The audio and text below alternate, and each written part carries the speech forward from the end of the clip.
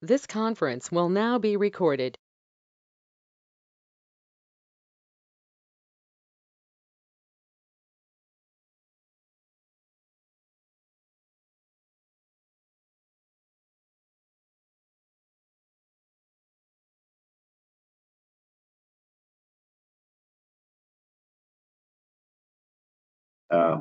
Before Dr. Powell gets here. So I will call the meeting to order. Let the record, we don't need to roll call. We can just acknowledge that Dr. Powell is not yet here, but everyone else is present unless there's an objection to that.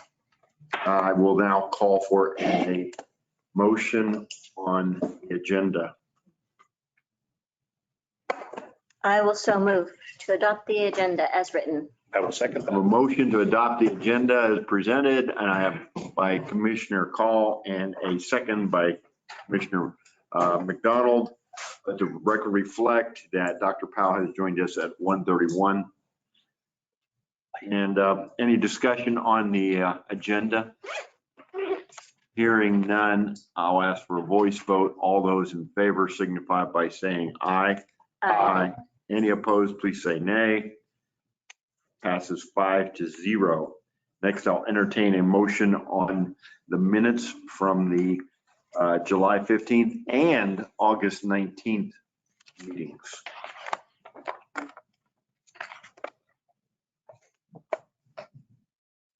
Jeopardy music. It's been a long time since July 15th, but I think they're accurate. I'll move to adopt them. Okay, I have a motion to adopt by Commissioner Call the agenda, the minutes from both July 15th and August 19th. Do I have a second? Second. I have a second by Dr. Powell. Any discussion on the minutes? At this point, I will ask for for a voice vote. A yes or I approves the minutes for both July 15th and July 19th. A no or nay rejects both minutes. All those in favor signify by saying aye. Aye. Aye. Any opposed, say nay. Hearing none, passes 5-0.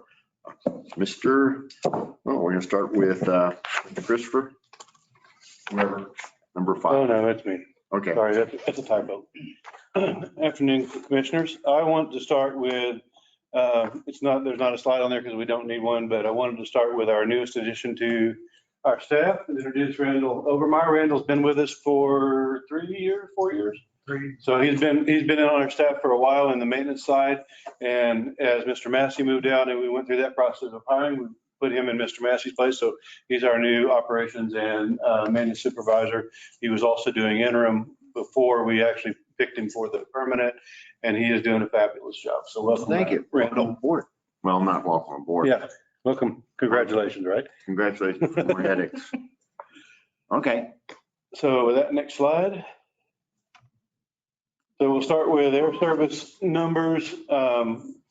Probably the only thing really to take away from this is that it looks really good for the year to date. You can see we're at 51,758. Our normal year long for all 12 months is around 60,000. So we're well on the road to doing that.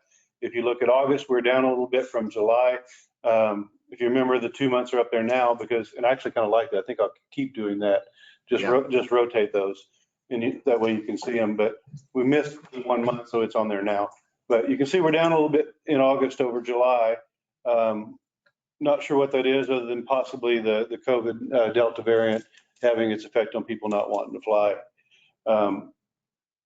And Jeff will probably talk a little bit more about that, but I've heard a rumor about 15 cities with American that they were looking at canceling, and I couldn't find that anywhere other than the reference to it from last year. So I think that may be where somebody got that, and maybe Jeff can speak to it too. I asked him to do some research as well. Okay.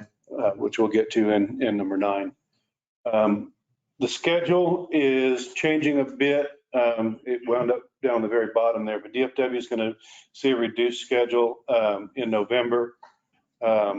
We won't have the full 3 Dallas flights every day like we have had, but that's a temporary go as we go reaction to the numbers overall being down for American. As you can see, Phoenix changed this month, the times, but not a lot. October 7th will be in the new Phoenix midday turn. So they'll come in about noon and then stay 30 minutes, turn around and go back out. I like having the 2 months worth of data. And here's a thought for you. If it's not too much work, could we throw up the 2019 stuff? That Sure. would be pre-COVID, so we Sure. can see how we look versus the pre-COVID. Yeah. Just a thought. What does anybody else think? Oh, yeah, Yeah, absolutely. it's more relevant. 2020 really doesn't count. It's tough to compare. I mean, you can just see how disparate the numbers are. Okay, yeah, if that's not, and I definitely like having the 2 months worth. That is definitely a positive. That's good. Yeah, I kind of talked about it before, but when I put it up there and saw it, because we needed to catch up, it's like, oh, I really like that. It's more telling. Yeah, all good. Next slide. Write that down. So operations are, I would say, back to normal, pretty much on track. You see July and August are pretty much the same numbers. And when you compare to 20, much different because of COVID. So that's the normal flight testing, military, GA, our airlines, all of the operation touch and goes count is pretty much normal. Our normal yearly count is about 35,000. So as you can see, we're also on track for hitting that probably by the end of the year. Those that we've hosted lately, right now, Bombardier and Honda are both here. Bombardier is testing 2 different airplanes, not at the same time, but they've been testing the 100. The 300 comes this week or next week, I don't remember, but they'll be here through the end of the month doing their testing. Honda will be done at the end of this week. We're in discussions with Boeing to come sometime October, November. They don't have a definite date yet, and I'm not sure what airplane they're bringing either, but I suspect it's going to be the 777 again. Okay, let me ask some. Any of those companies ever asked about hangar space? Every time. So would that be something that we would want to note and maybe look into? Maybe. I think it's a great idea. I think that is. All right, let me ask a dumb question here from the comic, since he knows more about this. So the A220 is an Airbus designation, right? Because Airbus bought that model from Correct. Bombardier, but is it still Bombardier, or is it now Airbus doing this? It's Airbus, but it's Bombardier doing this, and that's in a contract arrangement of some kind. It's an Airbus design that Bombardier has taken over the manufacturing of that, or Airbus assigned to them. Okay, So they're probably building those down in Mobile right now. Yeah. Because they built hangars. yeah, okay. I've heard about those. And that's with an A, right? Not an E. Right. Right. So just kind of build on this a little bit since it's up there. Flight testing, this is not just a brake testing, this is other stuff too, or is it just? It's from Bombardier, it's mostly brake testing. Honda is all brake testing. I'm not sure what Boeing's going to be doing when they come.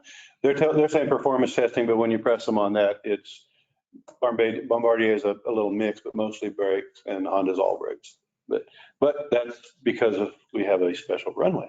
That's right. We don't have hangars, but we have a special runway. A one-of-a-kind runway. We do. Well, maybe not one, but. Pretty rare. And the Honda is a corporate, Yes. About a 6-8 seater. okay, Next. okay. Revenues are still doing well. We continue to see, as you'll see in the next slide, our parking fees go down, but it's not drastic. It's still very good.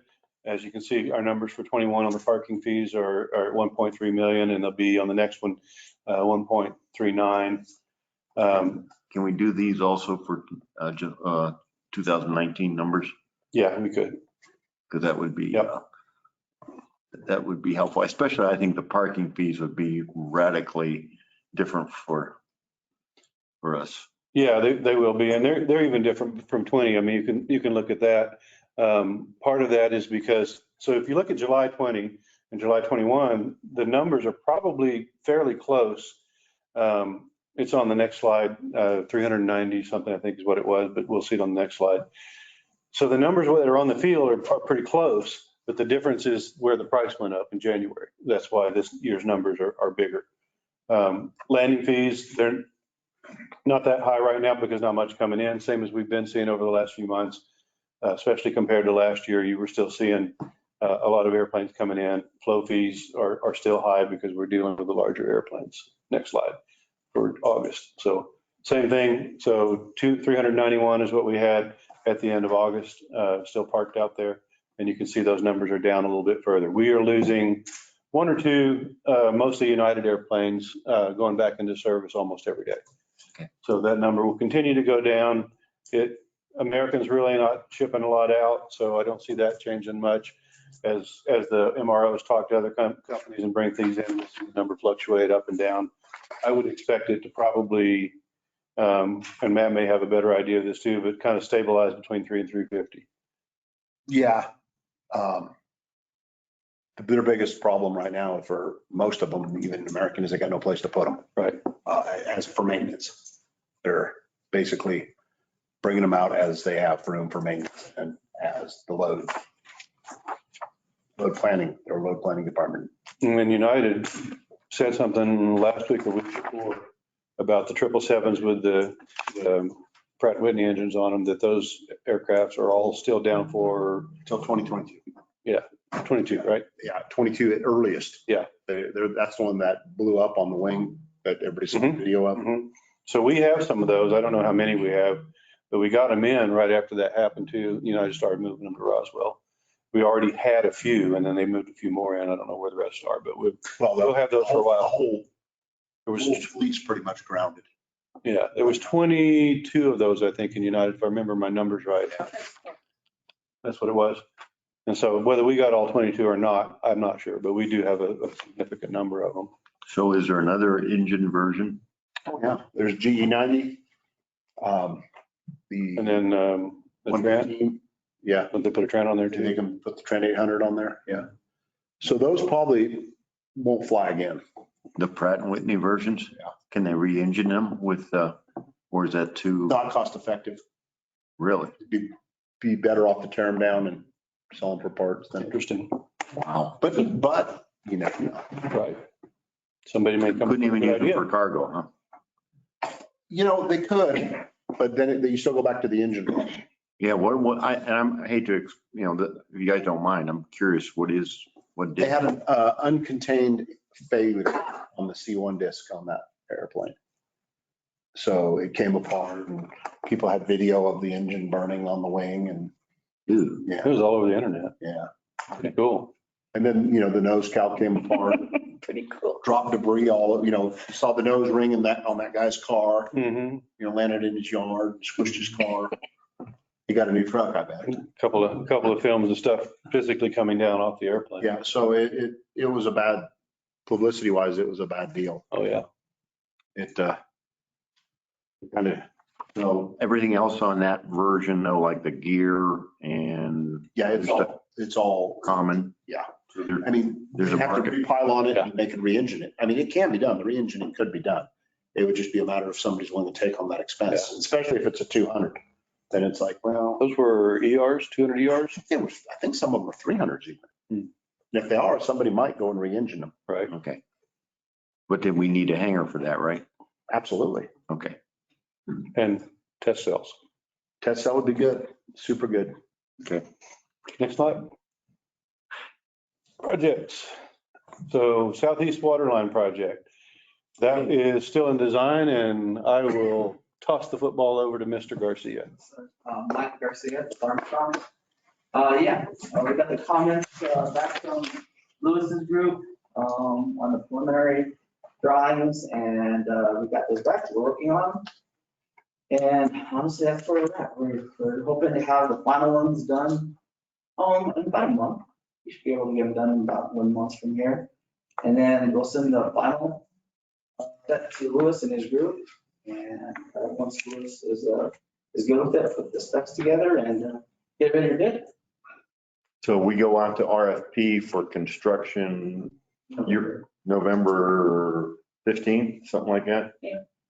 And so we had bid in by We're gonna probably bid it for at least, well, that's the holiday, you know, Thanksgiving and everything, so we'll probably put it on the street for at least 3 weeks. Okay, so by mid-December, we would, Yeah, open them. We should open the bids by then. how long do you think it takes for, would you guys be part of the review process on the bids, or is that all internal? We will be part of that. Okay, Yes, sir. Does that go all across the drag strip there? the No, red line, it's- Yeah. That's phase 4 or 5. Yeah, that's the phase, the phase has got a little mixed up because, Lewis, we were gonna just do the blue line, that's phase 1. But we ended up going all the way to the tank, which is supposed to be like phase 4, but that, you know, so we incorporated that into the design with Lewis's group. And then, so we'll do the blue line in the first phase. The whole thing is being designed, obviously, because we need to know what the pressures are at the end of the line and everything. So working with Lewis and all that. But the first piece that'll be bid and constructed will be that green line with the blue line. okay, so So the green and blue go first. will be Yes. bid and constructed, okay, Yes, sir. okay. And then after that, you can see the two different, when the monies come available, this is what will have to happen as far as the next bidding and construction phases. Don't mind me, but I like, it's like, way the heck back there. So it goes behind 91, Mhm. okay. Pretty much along the fence behind 91. Okay, We walked that with Lewis and we put it exactly where Lewis wanted it, because with the county and everything, and I know there's some issues, so we laid it exactly to Lewis's recommendation. and this section here, Yes, sir. isn't that the Corps Engineer project from 91? Isn't that the 8-inch or whatever they did? Didn't it go this way? I mean, Yes.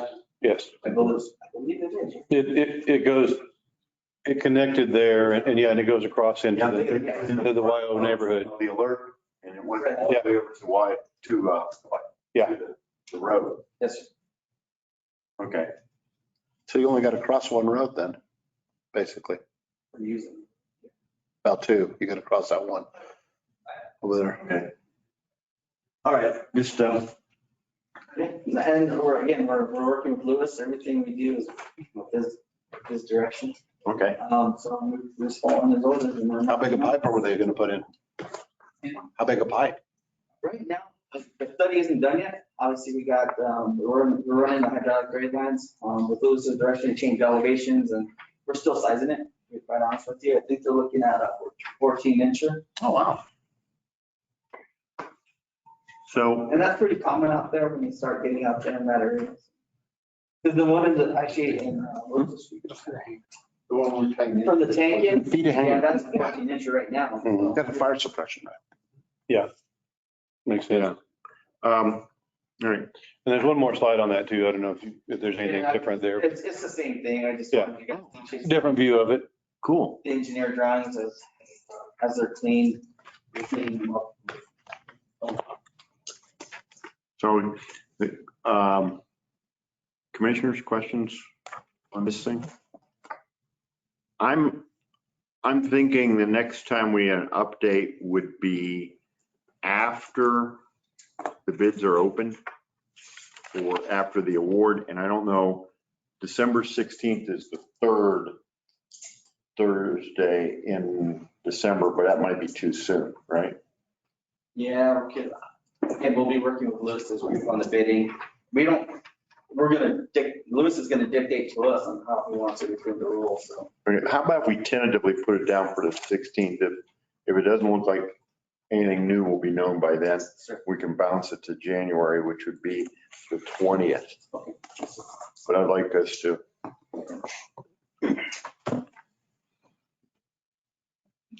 Yeah, and that's all within, and the design is all covered by the 370,000 or something like that. Yeah, what the county had in the budget.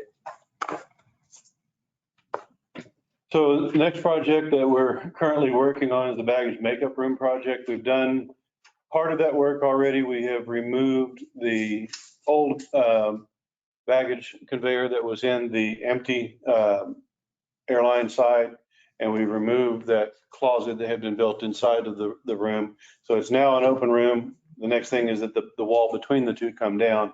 In the end, this is what it looks like. Of course, the purpose is to be able to fit a baggage scanner in there that TSA is providing, which increases the efficiency of the baggage processing and, of course, improves security because they're not physically going through things. They're using the scanner, which is an X-ray scanner, and hopefully sees everything that they need to see. But on this drawing, this is the drawing that Raytheon did for us to plan the way it was going to fit in there, which works out really well for us. We'll be extending the conveyor belt along behind both of the counters. The door that's currently behind the counter that's empty and goes into the baggage room will be used as the entrance for the baggage, and we'll install another door in the corner, which you see up in the upper right hand, Okay. so that they can come down the hallway from their offices and get into that baggage room just like the other side. Okay. If they need to come in from the counters, then they've got to walk all the way down to this left corner and come in that way. But you can see the arrows that show the baggage flow and what TSA is planning. The time frame for this is tentatively around the end of the year, December, maybe January. It depends on when a scanner can become available. I had a discussion with them just yesterday about that. So they are actually paying, TSA, this is their equipment, so this is in their budget to acquire it, or is it our equipment? They are paying for all of the equipment. It will be their equipment. We will be paying for the redo of the baggage feed belt, and of course the building remodel. Okay, and that's anticipated to be done by? It'll be a 1 to 2 day project. When they do it, it'll be very quickly. So sometime in December or January. Okay, in conjunction. Huh? Yeah, they do it very quickly. At that point, we should be ready, hopefully with our, I've still got to discuss that with the guy that does the conveyor, but we'll have to work that timing out with them and get that Okay. conveyor done so that it works out. I mean, if nothing else, we take the current thing, we move it down, and it's just short, and we extend the other end later, but we work it out where hopefully the timing is good and we don't have to do it that way. Cool. Very good. Okay. Ooh. Yeah. Taxiway off of Juliet. We had our pre-construction meeting for that this morning with Armstrong and constructors and one subcontractor, all of us. That start date is going to be October 11th. It encompasses, as you see there in the turquoise, all of the end of taxiway Alpha to the end of runway 17 and all of taxiway Juliet. It's a full reconstruction down to the subgrade. About 75 days. Runway 1735 will be closed for that full time. What's the cost on this? It was 3.4-ish. We have 2 grants for that. One is out of our entitlements, and it was 1 something, and then one was out of supplemental, which was over 2. So it's a little bit over 3 million. Okay. Any questions? 75 days takes us out to approximately when? First, second week of December. Okay.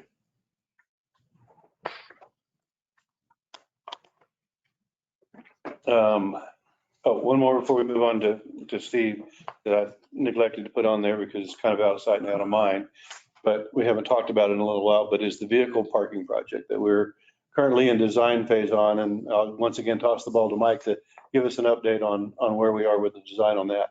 Yeah, so with your direction on the areas that were discussed by this commission, we switched gears a little bit, and we are going on those parking areas that you have recommended and required us to do. So we're getting through it. We're about 50% done On design. on design. So yeah, so we're moving on through and working some drainage details out in the parking lots because there's a lot of culverts in there and stuff we're going through this group, a lot of hydrants. So with that, we're moving through. It's been pretty good. Now, when do you expect to go out, that to be ready to go to bid? 50% done. If we, with that big projects, we really don't like to go out to bid too close to the holidays, because the contractors don't really tend to do too much in that time frame. So if we can finish it before the end of October, we want to go out in November. Okay. Otherwise, we'll probably hold on to it for a little bit and let the holidays kind of burn themselves out on the street.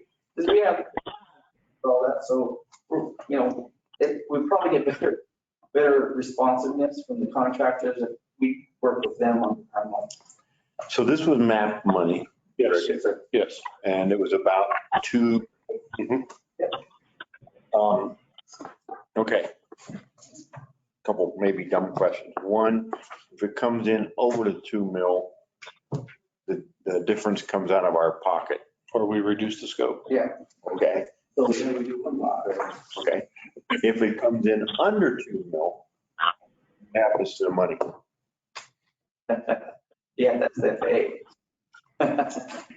And I would say the way we built out the, for lack of a better term, master parking plan, we have some flexibility, I think, to do some things within that plan. We do have excess money, although I think the way things are going with inflation, I wouldn't count on it. Yeah, No. I was really gonna say construction costs. Yeah. Gone through the roof right now. They're really expensive. And I'll be honest, 2 lots, we're going to be pushing a lot on this. Okay. So I think what I'm hearing then is we're gonna have to be a little bit flexible, maybe the design change. The schedules, we envision bidding in the schedules just to be safe and being able to be a little, work with Okay, Scott and say, hey, this is what we're gonna do. okay. You guys? And that's all I've got. So nobody wants to sit next to me. Let the record reflect, commissioners all stay away. So, anyway, all right. Okay. We don't get paid enough to sit close. Ouch. Ouch. Do you pay? Not telling. All right.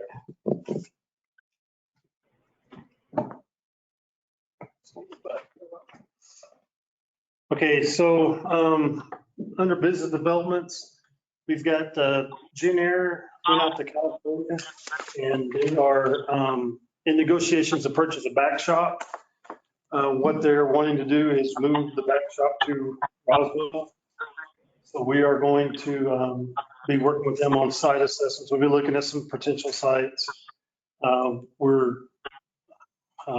They're also interested in a rub hangar or converted to a building or a rub building. So they're exploring that. So this is pretty positive because one of the things we've been talking about is a back shop spot. So this is good. And then this will lead into him being able to do landing gears as well.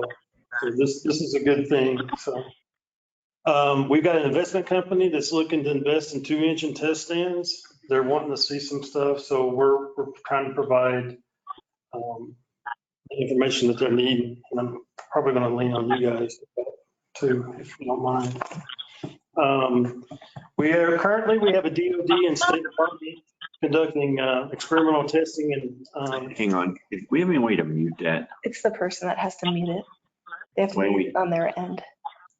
We can't mute our speaker? We'll still hear them. They won't hear us. Tell 'em? They have to mute it on their end. Jeff, are you on there? If you expand out, I think you can mute them Oh, all, okay. go to screen. that's the double arrows. There. Double there. Right here. Yeah. Oh, Or no, we can pick on whoever is, because there's. Yeah, Jeff's on there and he's muted. There's 2 that are not I think muted. there's a function down at the bottom or in the settings right up at the top. There. Test stand, is that Mark? Sorry, but No. Oh. It's not good now. You mean the engine test cell? Stand. No, it's building engine stands, yes. Mark, yeah. But not a test cell. Yeah, I wouldn't turn off the Right. computer audio. Only a second. all Started. right, well, let's. You might be able to mute them individually Test stands. on the little phone icon. Right. Is that The other Mark? option is just in comparison to Test callers cell. that still have their I understand. phone Yeah. not The belt Right. stands, which is Mark. Yeah, I was wondering if that was, I think they choose to put test cell instead of test stands. Oh. I don't know if you can. Yeah, I think you can click that and mute them like that, right? No. No? Uh-uh. Well, that was worth a thought. Themselves. So if you're on the phone, please check your system and mute your phone if it's not. Thank you. Okay. I was just Well, no, because they'll be on the test stand to go into the test cell. No, the test cell is different than a engine stand. Okay, sorry, do it tomorrow. No, not quite. Tomato, An engine, tomato, apple. but you gotta have some. Is that good? You know, tied down. All right. Sorry about that. So yeah, currently we've got a DOD and State Department test and experiment going on. If this works, they're looking at expanding to this to be a test bed opportunity for this type of project. So that might bring a hangar too. Would they need a hangar for that? They will need a hangar and they're talking about building the hangar.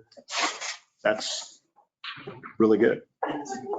So before we move on to the next, this kind of transitions into the business developments. And I want to, Scott and I talked about this a little bit, and I think it's good to bring it on is with the IDIC, looked like the county and the city both picked the air center development.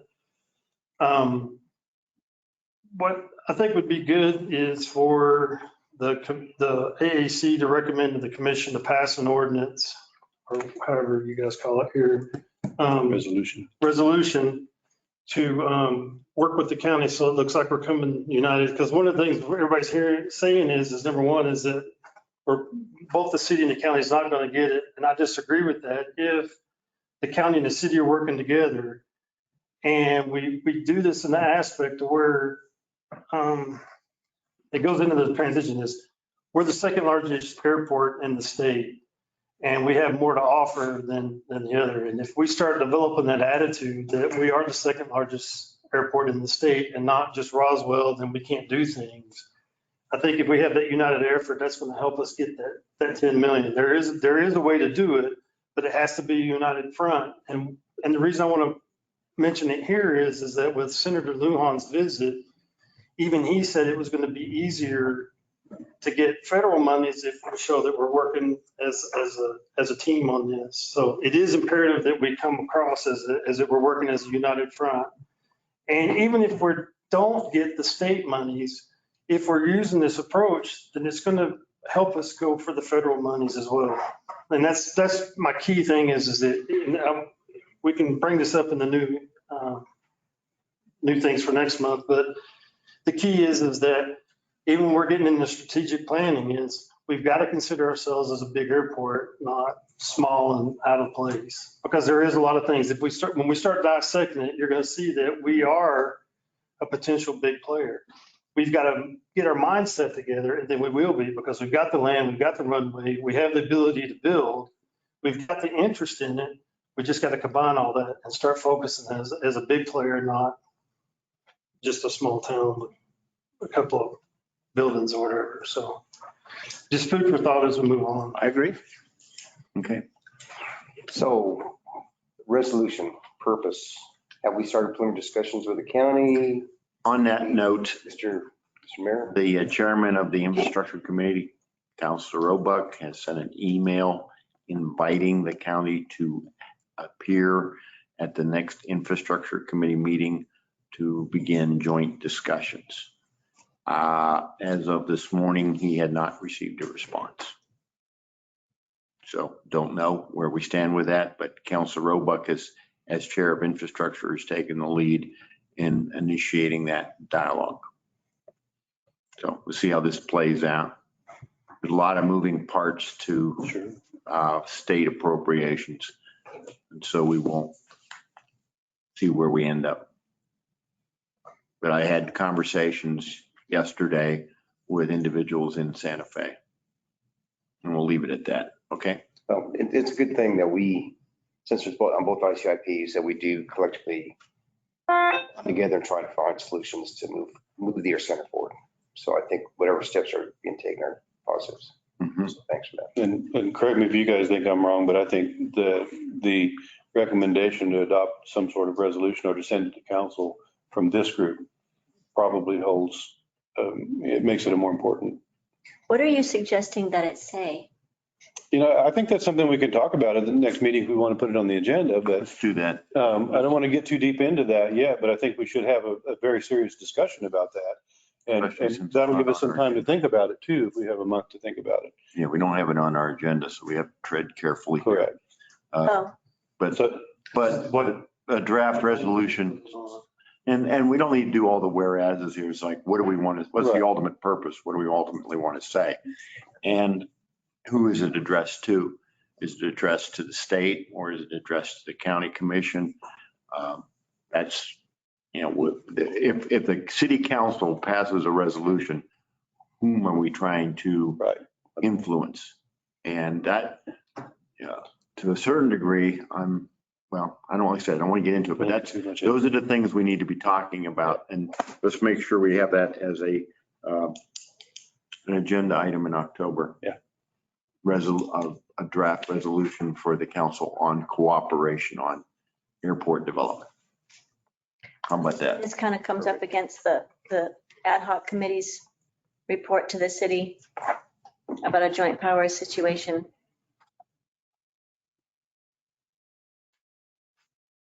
But we don't have to have that conversation, I guess. We can put it on the agenda. We can actually have, To me, that those things butt up against each other, so. and if we want to, we can put that on the agenda for October too. Just, as if you want to pursue that discussion in this group, I don't know. Well, I would say it could include those type of discussions or not. It could be limited. Or maybe we just, In scope to just this year's legislative actions. I think that's up to us what we want to. well, maybe we make it a more general term on cooperative efforts for development of the air center, something like that. I don't know. Something that would encompass wherever you guys want to go. Well, I think the united front with the city and the county is really important to any legislative body for I think it is. serious funding. I think if we're working together harmoniously, I think that's important. And people need to know that because that's not always. So I think that's important. However we do that, how we frame it, whatever the purpose of the resolution, whoever those two that we're trying to persuade, I think that's important, especially if you're talking Senator Lujan's office. Yeah. As an example. As an I example. think that's a good piece. So, That sounded important to him. yeah. Okay.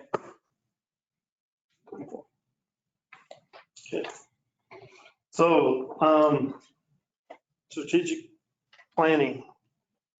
So what I'm proposing for this is that we do this in stages to get ready for a facilitator, and looking and processing with people. There's a lot of questions that go in before it. So I think it's kind of like when you start reading the book, you read the introduction. So I think what we need to do is build our introduction. And then that'll get us to the facilitator, which we can start the processing.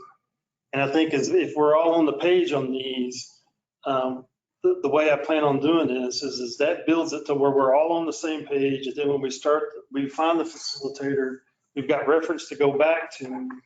But also what it does is helps us with stuff along the way, because when we're starting to write items for, let's say, legislative bodies or for potential investors or anything, we start building this. And then once we do have the strategic plan, it's something that we can implement. It's not something that we just go through and then shelve it. So by the time we get to where we get the facilitator, this will be an education piece to where everybody can read it, and then you can have it along the way. And my goal is to be able to get each section done per month and then give it to the commissioners to review a week or two before each committee meeting, so that everyone has actual time to actually read it and develop questions. So is there any questions on that? So you're wanting to try to establish these things before we engage a facilitator too? Right. Because a facilitator doesn't, we got to, like, let's just say, for example, like the taxiways, runways, and ramps. We don't need to process that. That's something that we need to have in detail. This is what we have. the buildings, the terminal situation, these are things that we have.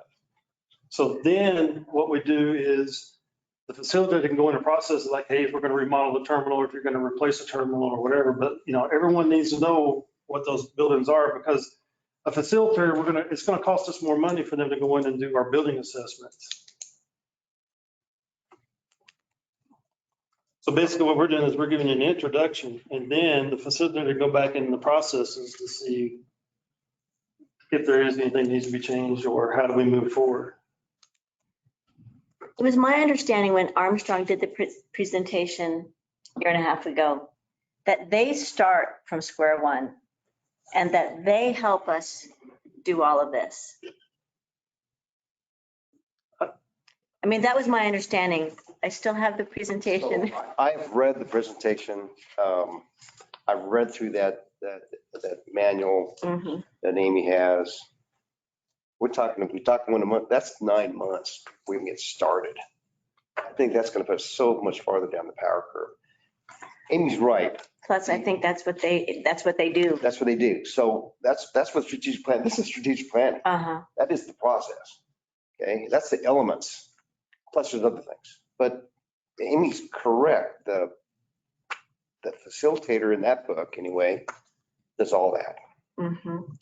I mean, And that's what we're paying. You guys, go for it. This is your guys' passion. So I want you guys to run with this. was that your recollection, Scott? Hmm? That the suggestion that Armstrong had for us was that they start with that. They start from the very beginning with you and walk you through every step of the planning from Yeah, there. was it American Airport Manufacturer? I forget the name of the company. It was Jeff Coleman Group. Yeah. Right. Yeah. But I forget the name of his company, Yeah, but that's all they do. yeah, that's what they do. They design airport organizational structures and even do some airport management, their company does. So they certainly have the ability to start wherever you are. Well, in this company, for example, that's what they do. Sure, exactly. That's what they do. They do airports. Agreed. Yeah. And if we were If you want to. to hire I them, mean, I'm fine with that, but what I was trying to do is last month it was presented and there was some conversation that it was too expensive and that it didn't need to be aviation based, which I disagree.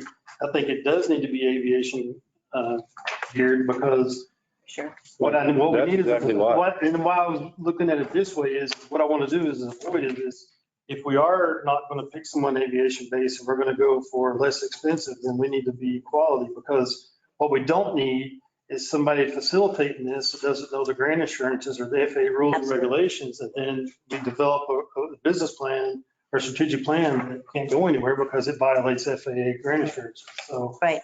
if the wish is that we start with aviation and we're going to stay with an aviation and we're going to pay the money that's required for that, then yeah, we let them do it. But if that's not the case and we're going to go with the lowest bidder, then we need to make sure that we're all educated on Mhm. what we're paying for. And I agree. and what we're doing is not a waste. But I would rather see us spend the money and have it done. Well, if I remember from last month's meeting, Mr. Chairman, that we talked about recommendations on facilitators. So we can start going down the road of working towards identifying that solution. Okay. Well, they might drag in Mr. Nebb into this if we can. I'm not trying to spend the city's money, but I think we're just looking at recommendations at that point of. Well, that becomes part of the issue is I don't know if it has to go competitive. I don't know the procurement enough to know whether the consultant would have to be a competitive bid, or if it falls within the scope of the city manager's authority to contract, or even it is within his scope, does it still have to be a competitive bid? I still find procurement a dangerous and murky road. So having said all that and giving you time to think, what do you think, Mr. That doesn't help, don't worry. Okay. Mr. Chair, Commission, really, the first thing is that what are we looking to strategically plan for? Is it and is it operational? Is it the buildings themselves? What, is it a full-blown operational thing? Because we have to develop out a scope of services in order to hire any consultant, any person. We're gonna have to get to it. What all are we trying to figure out? Once you have that identified, then we can figure out exactly how to walk it through the procurement process. Because if it's, there's a potential of operating through the professional service contract side as well too. And we have a set number of vendors that do different things. If it's going to be a little bit more dynamic than that, the big thing about procurement is it has to be a competitive process, short of being a professional service that is exempted from that. So I guess I haven't been involved in the conversation in order to how to develop this. Strategic plan is a wonderful thing, especially when it's utilized after it's planned. And so, but the whole thing on it is that what are we trying to identify? And I think it goes back to Mr. Christopher's comments as well too. If we're going to look at these buildings, because we got a couple action items on this agenda as well too that we're going to talk about. One has reached what we had determined at the end of its life. And we need to make some adjustments with that as well too. But what exactly are we wanting to do with that? If it's the operational side, are we trying to do that, or is it both? What are we trying to discover with that? And I think if this committee or this commission can help determine that, we can, I know staff can help draw up the RFP and we can walk us through the process with that. Right now, we currently have no funding for any type of this planning yet, but that's just a conversation with the city council. Okay, so the scope of services needs to be defined What are before we we go. trying to find out? Yep. Well, I am not the person to get involved in that. I see people here who are capable of doing that. And I know that we can go out and we can pull a couple of different samples of strategic planning that has been done. I know Mike, you can, Sean, anybody that has done strategic planning, the scope is fairly similar, but it is that meat and potatoes. It's like item 6 and 7. Exactly what are we trying to find out?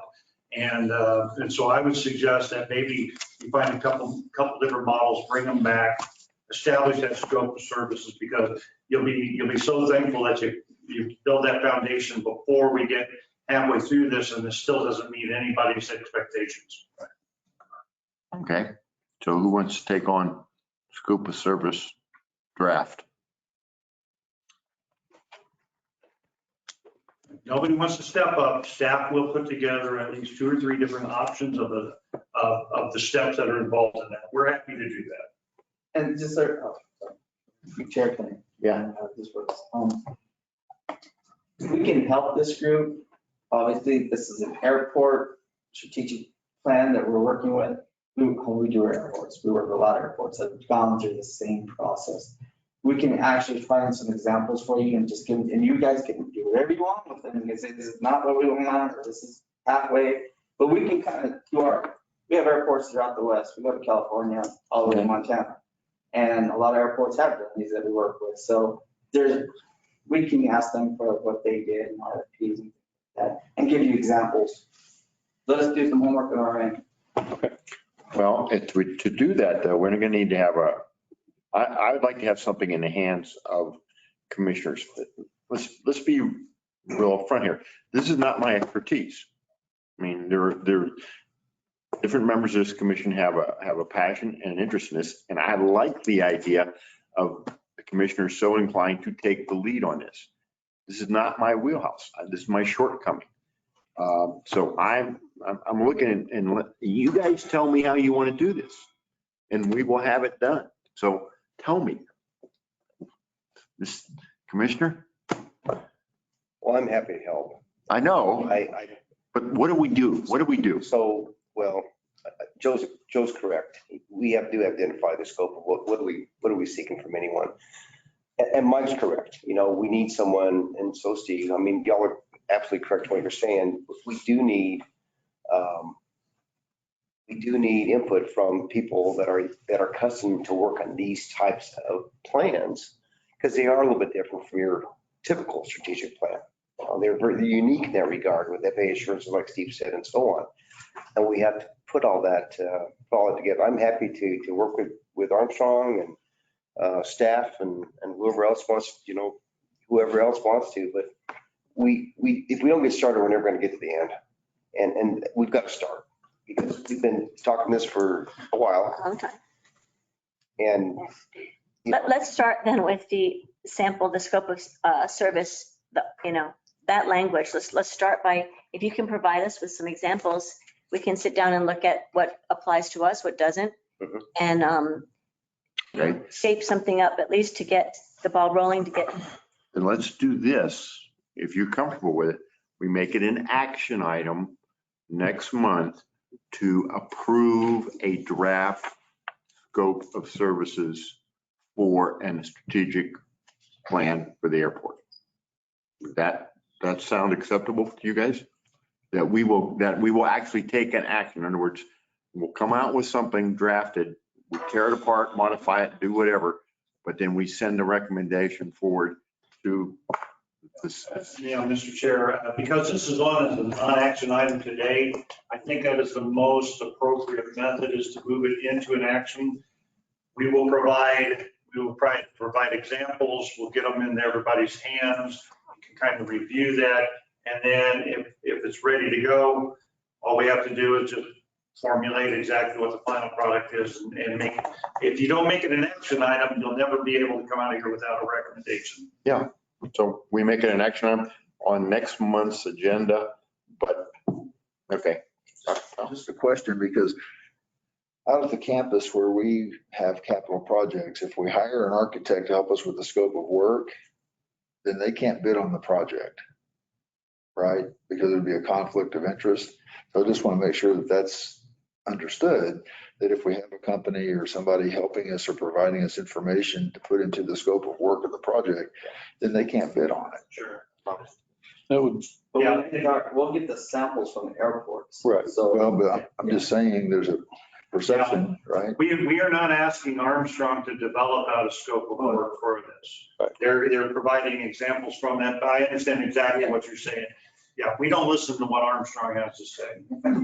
Thanks, Joe. But no, they're going to provide us some examples. If they get uncomfortable with that, then all they need to do is let us know who we should contact that has the best ones, and we'll contact them ourselves. And then we'll go from that direction. I understand exactly what you're concerned with. In my mind, I don't even think that Armstrong is suggesting to hire for this purpose for the entire thing.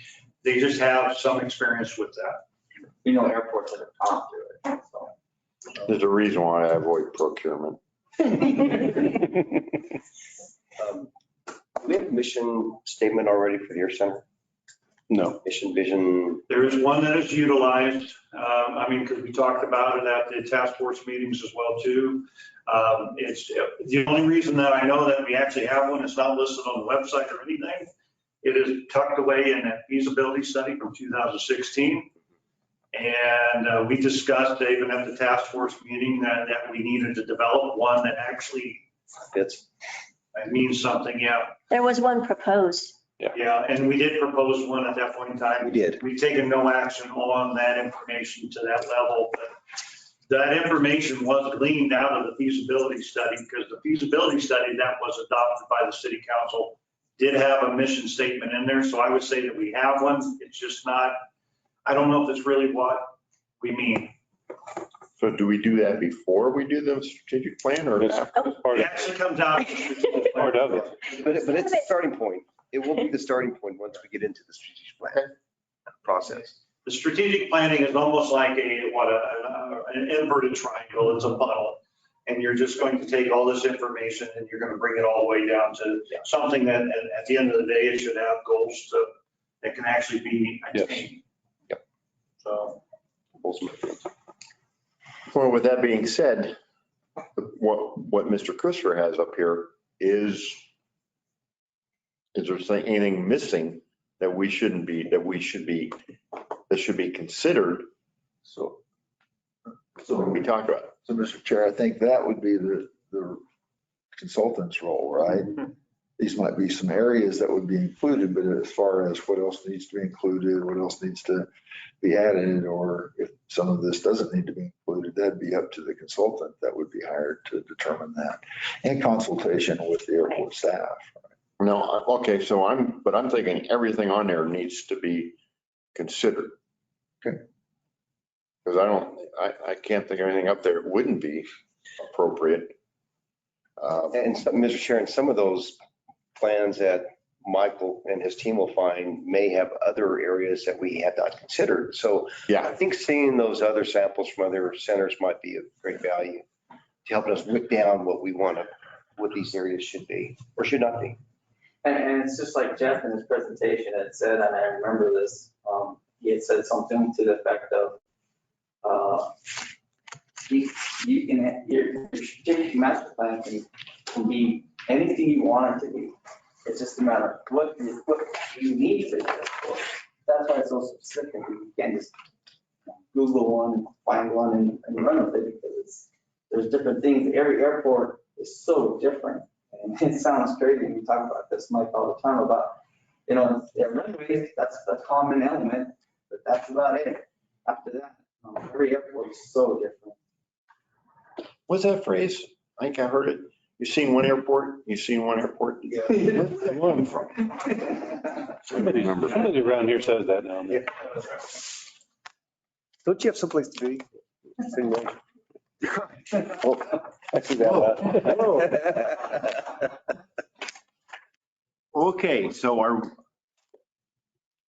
is the commission comfortable with what we're planning to do next month?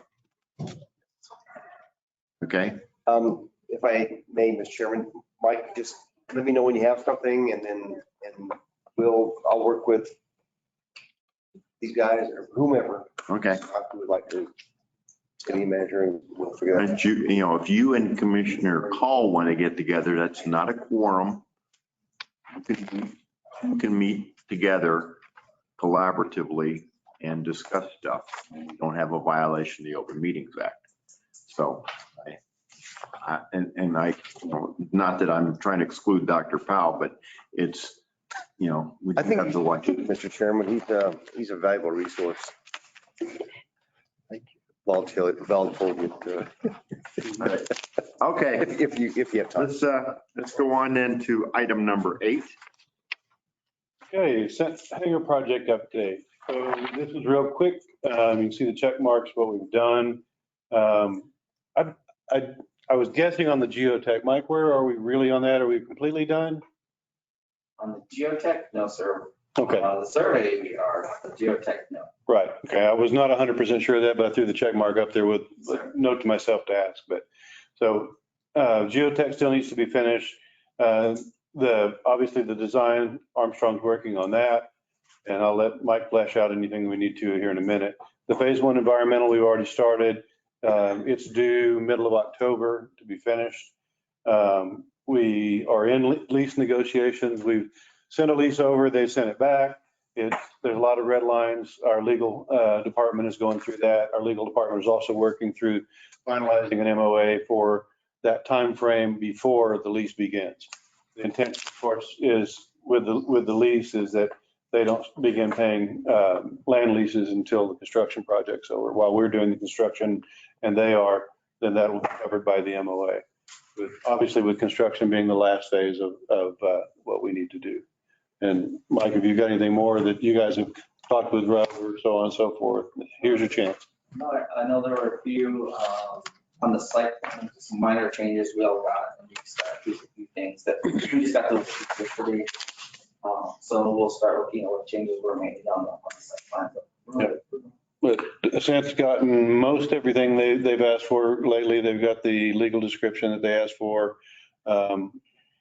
They're in communication with, I talked to Dave this morning about leases and MOA. So we're just, like I said, we're working through that.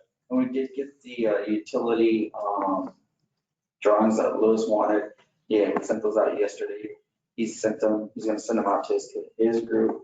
And then when we get to that point, we'll get again on site meeting or something. Okay, next slide. I got one little money slide there left. Okay.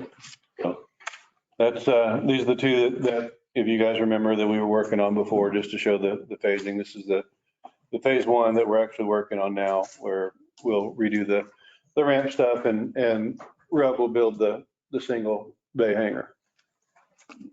So we do have a detention pond. Yes, well, Well, tentatively. yeah, nothing's designed. That's all Yeah. conceptual right now. Yeah. That's pretty dang close to, our conceptual is getting closer and closer. Now we got a site plan narrowed in. Okay, any surprises on that? Like I said, we just got the utility drawings out to Lewis and his commission, so they're gonna redline those and tell us what they want, what they don't want. Okay. Training area, existing. So the potential for a second hangar. Okay, this is where I'm a little confused. So can you explain this? That's in the next slide. Oh, So the next slide shows phase one and phase two together, what that looks like if Ascent chooses to build a second hangar next to it. hmm. Too many slides, That's fancy right there. right? And there's still enough room You then know, we to wrote pull one. into Submitted 1083. it to the council. I can Yes. get a copy. We've had those discussions with Dean Baldwin, and they'll have to modify their procedures to tow a bit, but it won't slow them down that much. Okay. Go back to the previous one. So the white area here would stay dirt until we get forward. I mean, Yes. okay.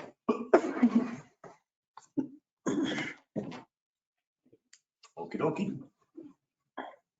It's a hangar.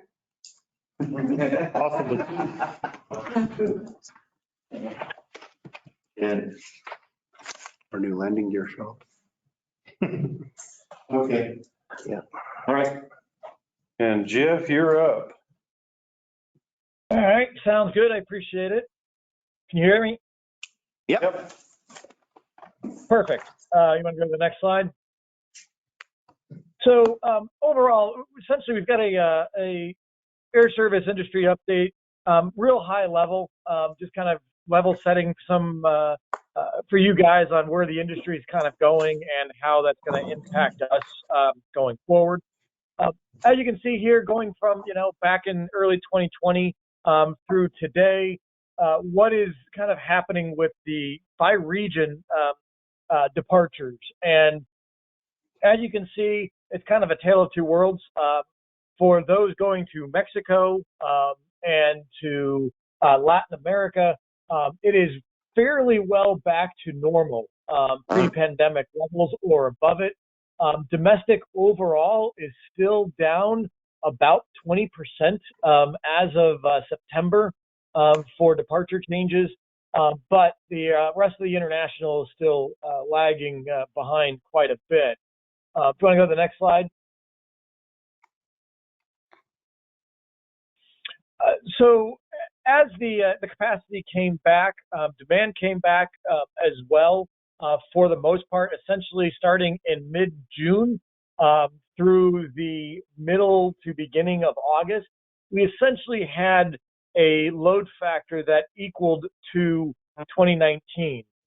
It's important to note that, again, overall capacity through the summer was down between 20 and 25%.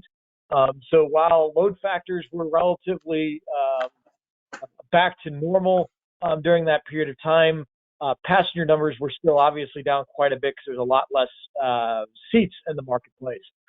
But it is really important to note, though, starting the beginning of August, in line with the run-up with Delta variant throughout the country, you ended up having the divergence of the load factor from 2019, and we are essentially 5 points below that.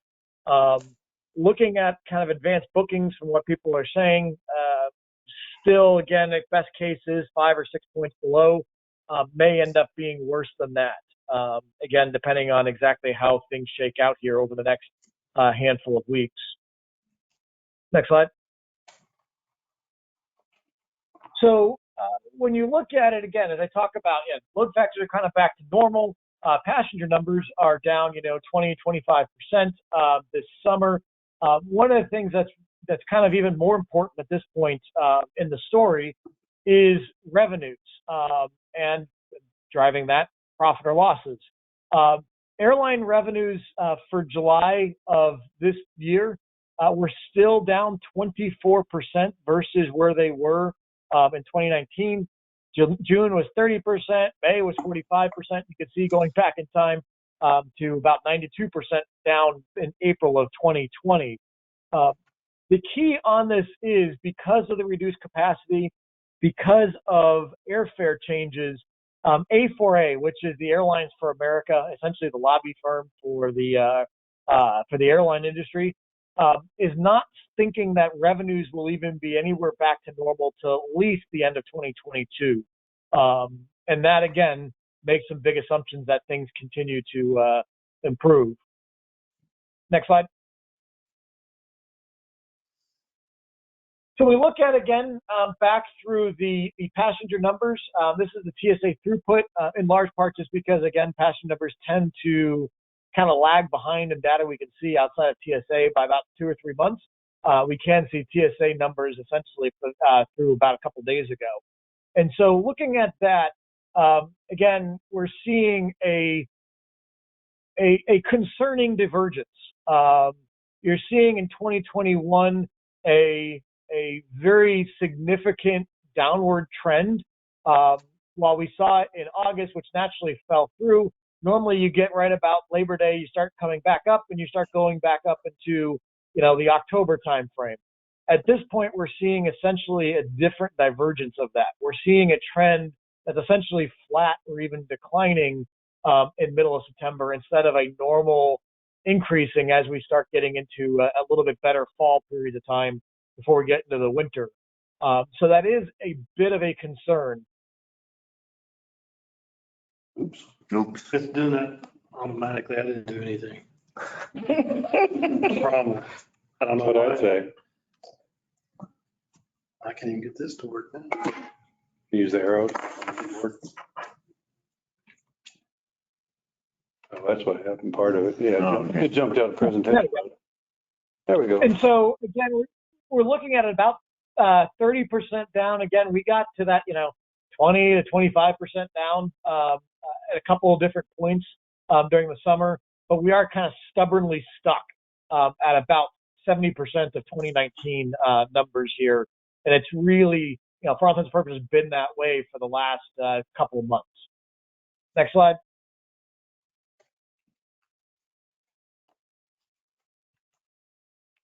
Went all of them. All right. There we are. There we go. And so, again, kind of the tale of two worlds has been this way since the beginning of the pandemic. If you are on the coasts, you are absolutely harder hit than if you are in the Intermountain West, especially the northern Intermountain West. The Montanas, the Dakotas, Wyoming, Idaho, they've been and have been up essentially since February of this year, year over year. This is, if I remember correctly, August, when you look at it, this one here. Mexico was down about 27%. Again, not you guys, it's kind of some of the rest of New Mexico in that regard. But again, you can see that it is definitely a tale of two worlds, with leisure markets, outdoor markets faring by far better than the not leisure outdoor markets. Next up. So when you look at it, going into this fall, the airlines and what they're scheduling, this is looking at October 2021 schedules, comparing to 2019. United is down about 25% versus 2019. It is kind of being, again, driven very hard by their coasts, by San Francisco, by Newark, by LA, but it is also impacting other hubs not named Denver. Denver is essentially the only one that's not affected. Delta's down about 23%. Hawaiian still doing the Hawaiian problems there. Alaska's down 16%. American's down about 15%. And then you get to the low-cost carriers. Southwest and JetBlue are down moderately, essentially flat. Frontier's flat up just a little bit. And then Spirit and Allegiant are the big gains. Not included in this are the two newest carriers, Avelo and Breeze, both of which that started here in the last 3 or 4 months. And both of those obviously are up infinitely over 2019. But again, they're growing and growing quite substantially, even month over month in this. So again, because of the fact that this recovery at this point is almost predominantly leisure driven, while there is some business traffic that has come back, the vast majority of that recovery has been leisure. It is heavily skewing towards these leisure carriers, not to the full service carriers. Next slide. So again, kind of leading into this, as I just kind of mentioned, another graphical view of this. This is based off of ticketing data coming out of the Airline Reporting Corporation. They are essentially the clearinghouse for the airlines and all of travel agencies. And travel agencies are not just your mom and pop brick and mortar travel agencies. They're also the giant corporate travel agencies. They're also the giant leisure ones, like the FunJets and Apple Vacations. But most importantly, they also cover the online travel agencies, the Expedias, Travelocities, Orbitz, things like that. And so with that, they're able to track pretty clearly what's going on in the overall industry, as well as, break it down by segment. In black there is the all segments is down about 40% right now in September versus the same period 2 years ago for the tickets sold during that period. Again, that kind of goes hand in hand with what we saw very, very recently in that TSA data, where it was, down 20 or 30%. We saw that real recent TSA data being down closer to 40%. We're seeing the same thing in the ticketing data. Again, that disturbing trend of it's trending the wrong direction here over the last couple of weeks. But that's overall. When you look at it based on segment or on the type of data, the corporate segment, the corporate travel agencies are still down 63%. So while they've had a great recovery over the last 4 or 5 months from where they were in the spring when they were down 80 or 90%, so essentially, they've more than doubled from where they were at that point. They're still down 65% roughly from where we were prior. And that is what is really, really concerning Delta, American, United, and Southwest, especially, as those airlines, especially the main three, the legacy three, are the ones that really live and die on business travelers. And we all expected when we were doing these conversations 4 months ago in April, we started seeing these trends up. We started hearing from the corporations, especially Fortune 500 companies, saying, "Yep, we're starting to spool up. We're ready to start traveling in October." And then the pandemic started going back up the wrong direction in June, and a lot of those plans for those Fortune 500 companies, especially, got shelved for travel. And essentially, getting back in the office got shelved. And so a lot of the travel for the corporate side that we all expected to be kicking up right about now is essentially not come to fruition. Next slide. So again, kind of that as we talked about revenues before, and we talked about passengers, this is talking about fares. That green line is looking at the average fare on the weekly ticket sales for each week over the last year and a half. And as you can see here, we had a nice run up essentially into that June timeframe. You started getting some business traveler back. You started having really high load factors. So the airlines are starting to be able to do what's called revenue management again. They were able to essentially squeeze the lower yielding passengers off of flights and started actually having, some ability to revenue manage and get a little bit higher fares on it. That all came crashing back down in July and August, and fares have come tumbling back down to down about 30% from the 10% down from what we were before. So this is what is starting to really worry the airlines when we look at this October and onward timeframe. Is we'll talk about here in the next couple of slides, the payroll support program, bailout number 4 or CARES Act number 4, whatever you want to call it, I guess number 3 for the airlines, expires in 14 days. And it's going to start really worrying the airlines when passenger numbers are starting to fall and fares are starting to fall, right when they're going to lose their billions of dollars of government charity. Next slide. So this, again, kind of adding on to the business woes. This is kind of their estimations by the U.S. Travel Association on the business travel spend. 2021 is looking to be down still about 70%, 65% from where it was in 2019. 2022 is going to still be down, roughly a third to a quarter. 2023 is going to be down about, 10%, 15%. And they're not expecting to get back to normal overall until 2024. And that is what is still worrying a lot of the industry as a whole, because of the fact that, yes, overall demand essentially came back this summer for all intents and purposes across the board for a lot of markets, but the business traveler did not come back. And that's where the fares, are held a bit higher.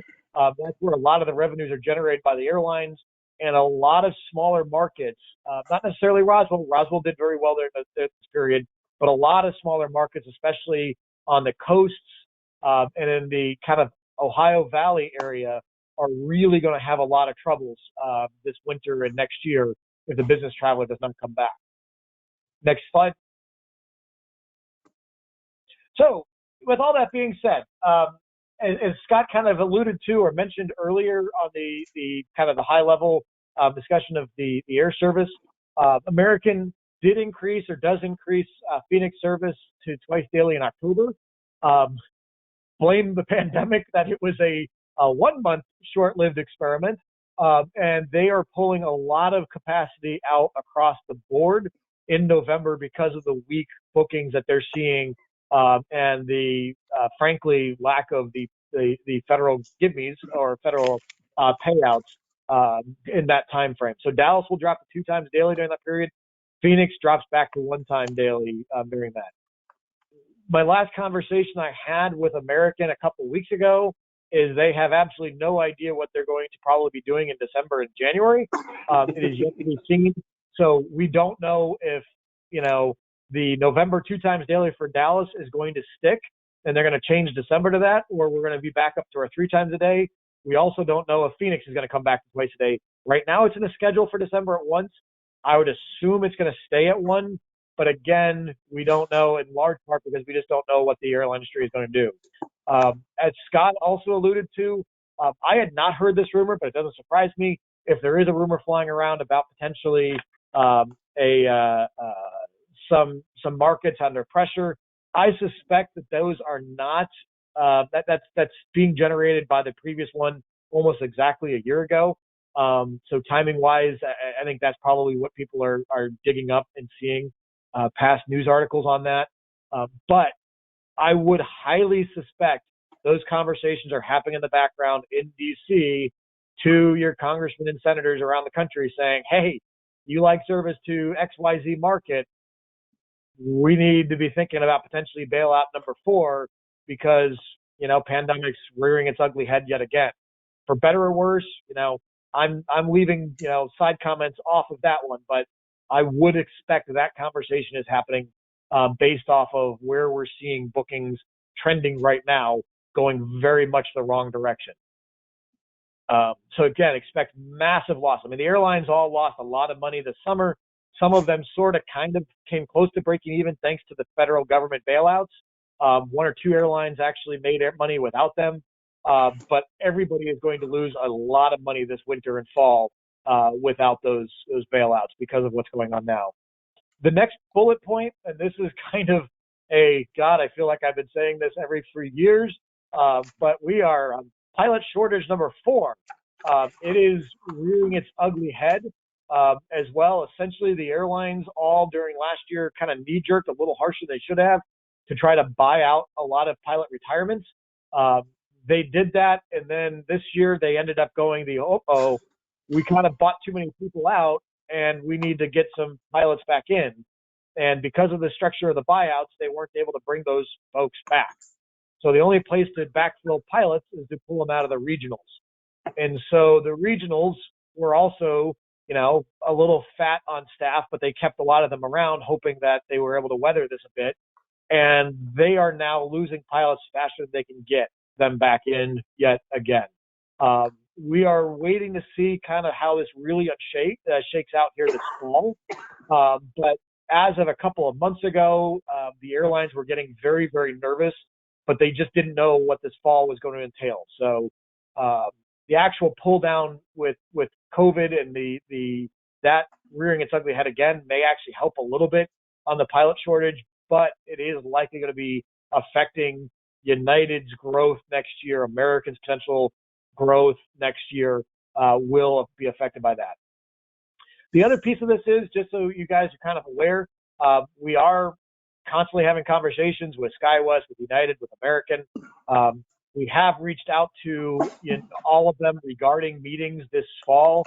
All of them essentially hit a timeout button about a month and a half ago on meetings. Up until that point, they were actually saying, yes, we'd be absolutely open to in-person meetings, no problem, for this fall. Especially United and American have hit a big timeout on that. So we will essentially put a pause on this for another couple of weeks to hopefully get in-person meetings for those discussions with SkyWest and United, because we feel that they are probably, well, not probably, they are absolutely more effective than virtual. If this thing drags on longer than we expect, we will do the virtual meeting just because it is better than nothing. But again, my hope is in that November or December timeframe to be able to get in front of both United and SkyWest to have some conversations about Denver service. And that is it for my section. If anyone has any questions. Jeff, real quick, I think United came out with the requirement that all flight crews, cockpit crews, everybody gets vaccinated or else. Is SkyWest doing that? Everybody at this point is doing various levels of either of highly encouraging or requiring. At this point, SkyWest has not done any requirements. The administration's decisions or guidance last week has thrown a lot of uncertainty in as well on exactly how that shakes out for the airlines, because they are obviously massive federal contractors as well as having more than 100 employees. So I think at this point, most of us are assuming that that's going to end up becoming a requirement, but at this point, they are not requiring it. Well, but United said they were going to, and I was wondering, has United had any pushback from their unions and any refusals to, or people leaving to go to another carrier? There are absolutely people threatening to do that. I will say that there is probably not one pilot that's not about to retire that would do that, because you would literally be committing economic suicide for your, I guess, political beliefs, or the way the industry works and the pilots have done it. They made their jobs completely not portable. So there is no way you can take your 20-year career at United and move it anywhere else and get paid anything decent. They would literally go and get stapled on the very bottom of the seniority list, working the absolute worst flights for the worst pay at any other airline. So that captain that's making $300,000 a year would go and work at SkyWest making $45,000 a year as a first officer. Okay. Good to know. So, yes. So pilots are almost no chance they would move. Flight attendants, mechanics, things like that absolutely have a much more portable skill set. The unions, for better or worse, screwed themselves on this one when they did it that way. Okay. Anybody else? Questions for Jeff? Along those same lines, I would like to mention that, President Biden had put out the mandate for federal employees, and that includes our air traffic controllers here in Roswell. So we can expect to see some possible staffing shortages as they work through that issue as well. They expect to see some folks that won't get the vaccine, and we'll have to deal with that compliance issue between them. So that's probably also nationwide. I don't know how that affects our airline service. It may not, but we may see some pretty, The DFW with the delays they had from exactly, having somebody sneeze in the control room. we may see All right. some serious impacts from that as well. Yeah, Okay. I would personally expect if something like that happened, you start seeing some large impacts. They would just mobilize either the military or National Guard to help out in that regard. Yeah, they would. Okay, So I appreciate it and look forward to talking to you guys in the future. And I will keep you guys posted as I hear anything more regarding United, SkyWest, and American. Thank you, Jeff. thank you. Thank you. Have a great weekend. Obvious question is, does this mean they start to park planes again? Good. Sure. I know quite a few people who are pilots who've got time to retire. They can retire, say, my time's up and go. And there are a number of them that are saying if they're forced to do that, they will go look at another airline. They'll draw their retirement, which is quite large, and they'll go fly corporate or for $35,000 a year just to. Just to keep Just flying. keep their hands in. Nice. So there is a percentage of them that will do that. And that could affect the airline pretty bad on cruise because it's already bad enough as it is now. You get a 5 or 10% of that and you have crew shortages, then you have more airplanes parking. And so it could benefit the facility, but And I've wondered, the air traffic travel part of it. yeah, and I've wondered as well with United and some of the others giving the mandates for vaccines, and American has already stated they're not going to. Does that help American with some of these pilots that retire from United? I know. No way to know. I know 3 who have already started the process to move to American. So that Really? could be beneficial for us. They have their time, they have their 20 plus years and they can say, I retire. They get their retirement and they can move, Okay, but they do start at the bottom. If they don't mind doing that, that could be a benefit for American. but then they're double dipping basically. Mhm. Yeah, but it's a different company. Yeah, that's what I mean, but it's so they get the Yeah, they get- retirement and then they get whatever else they're looking at. Or some just will say, I'm just going to go fly cargo or I'll go fly corporate. Sure. Okay, There's no shortage of jobs for them. okay. Now, if you're a 10-year guy, yeah, and he's right. You don't want to throw it away. Okay. Anything else on this kind of grim? Why don't we have it back on this is September, make sure we're back on this in November. I want to see where we're at in November, if Jeff can do it. One thing about his charts is the only thing that came to mind is that I wonder if that was weighted to take the international travel out of it. Because for the. Jeff, are you still on? No, I think you bailed. I think you did For too. the big airlines, that's a big, Sure. those numbers are get smaller or for the domestic coming back to life. Then you take the international out for airlines like Delta, American, United, they have a large percentage. I mean, I think 30% of their available seat miles are international. So. Okay.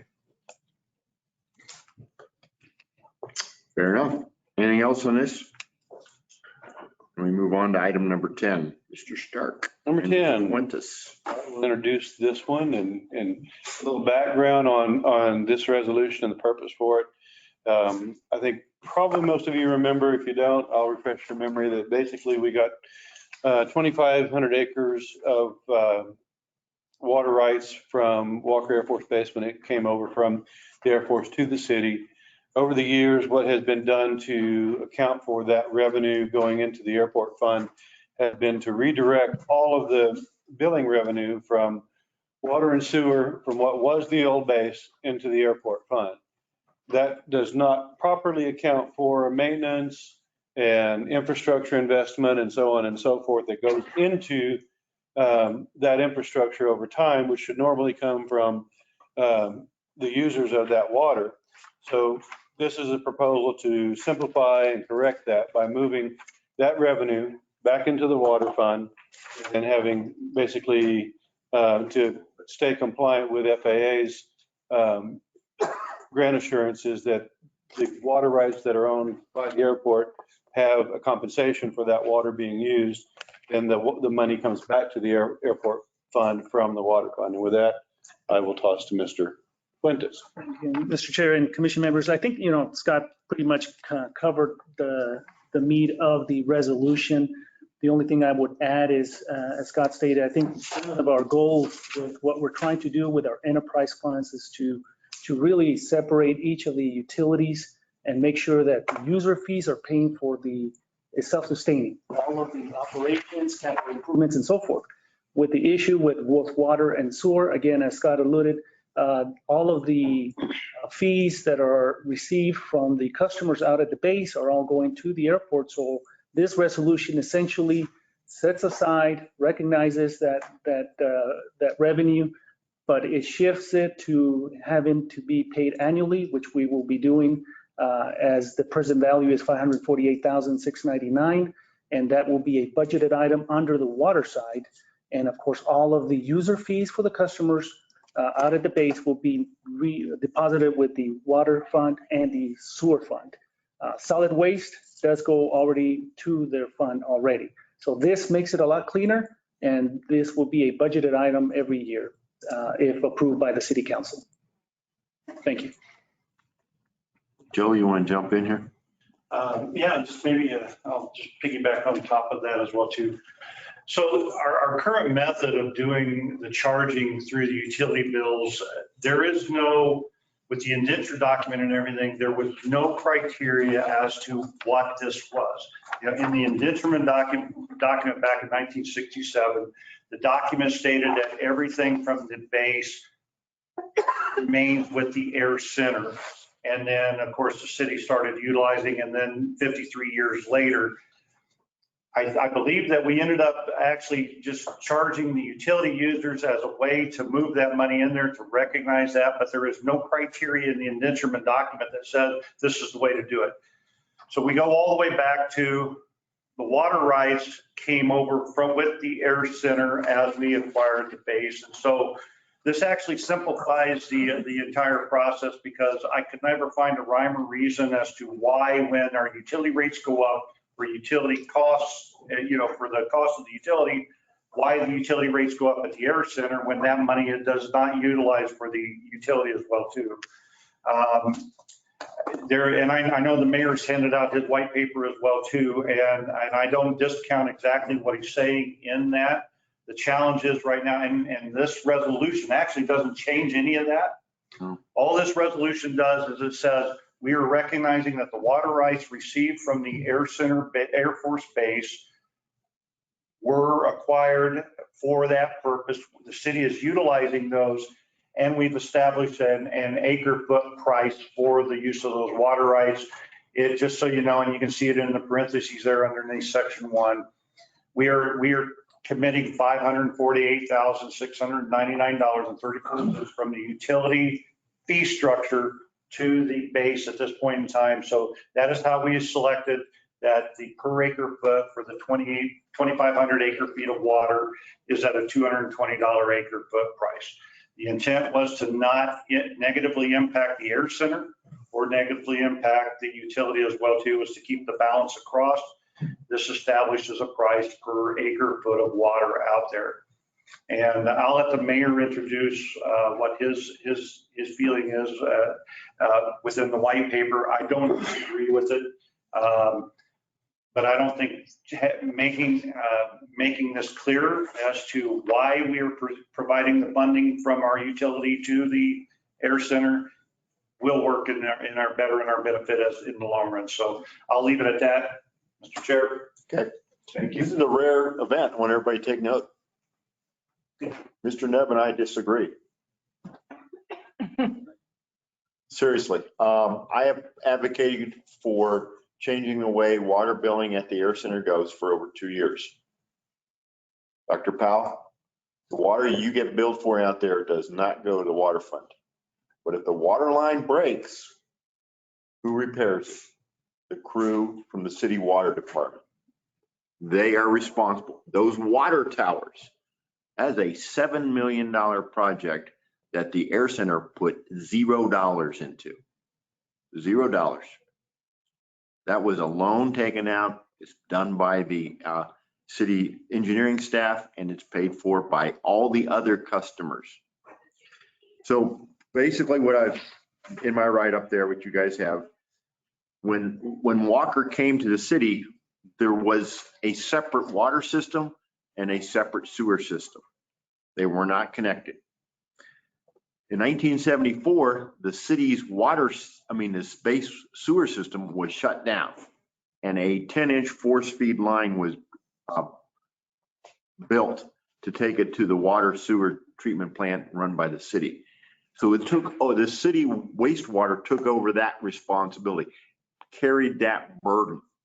Yet to this day, the sewer portion of the water bills out there, what your school pays in sewer, does not go towards maintaining or caring for that wastewater treatment plant. It goes into the air center. 1977, moved to integrate the base water system into the city water system. There was actually a state Supreme Court issue over this. I've read it. You guys have seen my other memo on this. What I've set forward here, and my premise is that Mr. Nebb is correct. Then the fact that water rights came with the base. I maintain that water and wastewater have bought those water rights. Over the last 43 years, all of that money that was collected from the users of water and wastewater did not go to wastewater or water. It went to the air center. In addition, the $7 million project, and there's some other definitively defined projects here, that the sewer line from Mystic, now AVEX, the water line to around ILEA, the 14-inch water line to the Sky Hangar, over $450,000. And my final point is that, no, this water department does not owe the air center anything, and that the proper way to be handling these revenues coming from the customers in the old Walker Air Force area is for those funds to flow into the water and wastewater enterprise funds. So that's my position. But we finally we've got to ultimately decide this. Yeah, and just so everybody's aware, we are seeking a recommendation from this commission. As we talk about this with the city council, they had asked, and like the chair has said, Mr. Mayor has said, we've been working on this for about 2 years. And we believe that we're coming to a resolution, trying to move this thing forward, trying to figure out what the heck we have as well too. So we are seeking a recommendation from this group here to go along with our conversation that will be happening at the legal committee.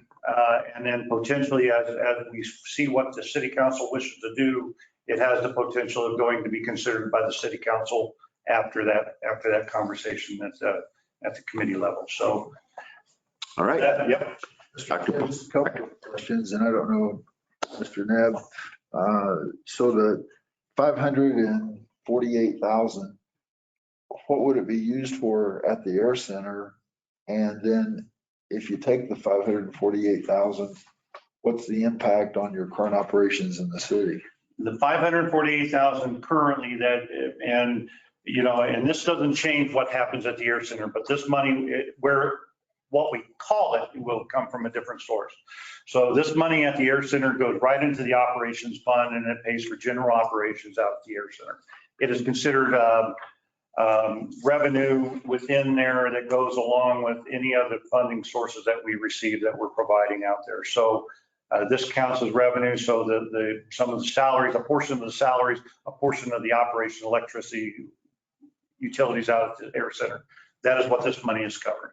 So it would increase the budget of the air center by that amount? No, sir. This does not increase the money.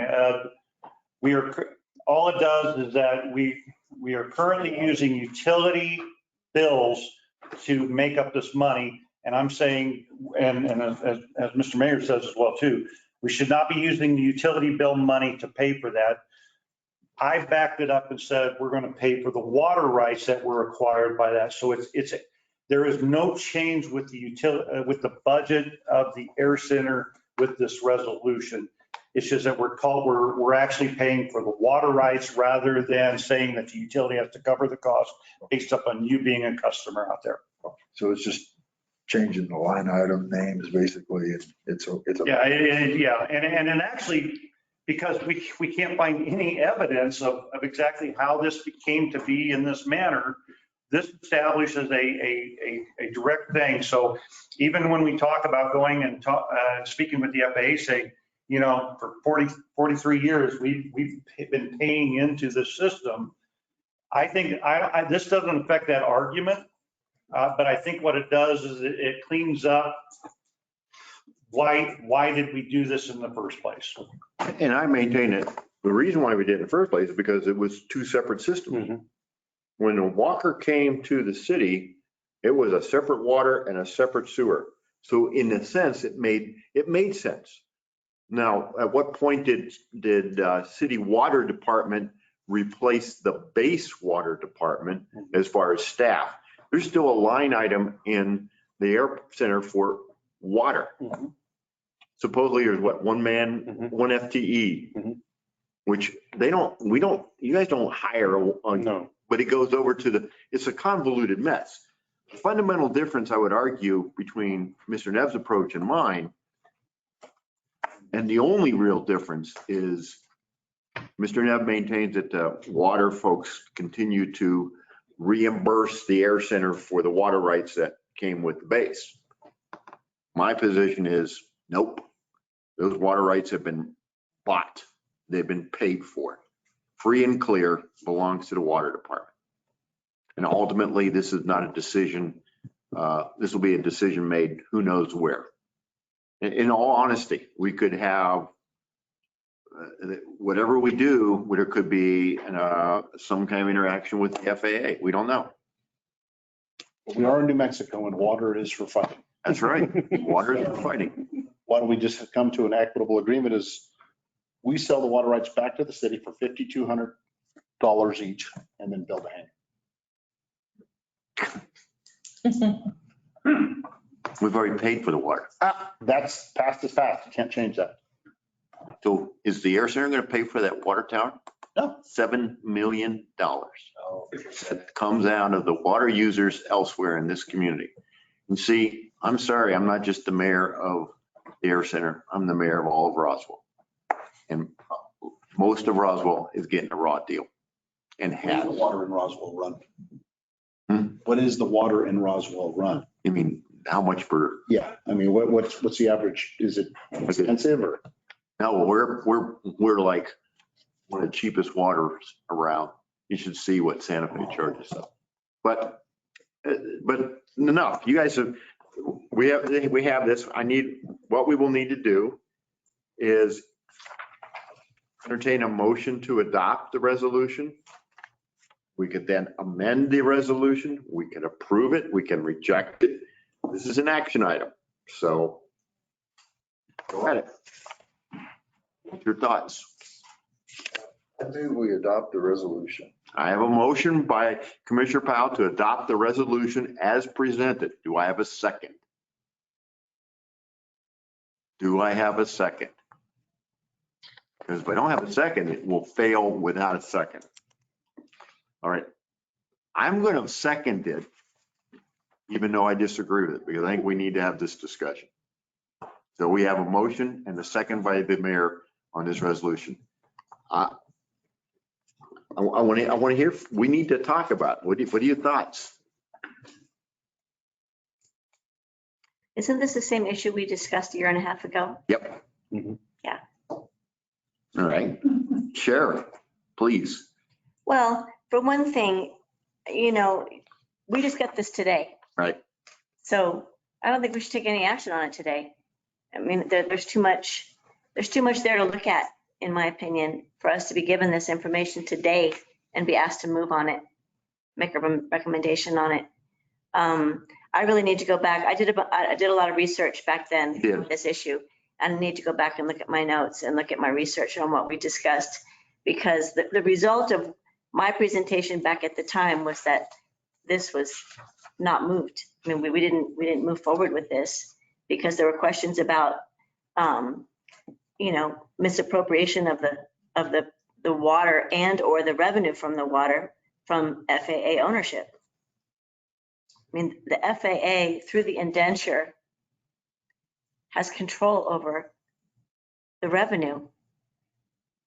So just to kind of fill in a little bit of a blank, my discussions with FAA over this particular issue over the last couple of years when we started into it, a lot of it came up associated with the OMA. That brought up a lot of questions that they began to ask me.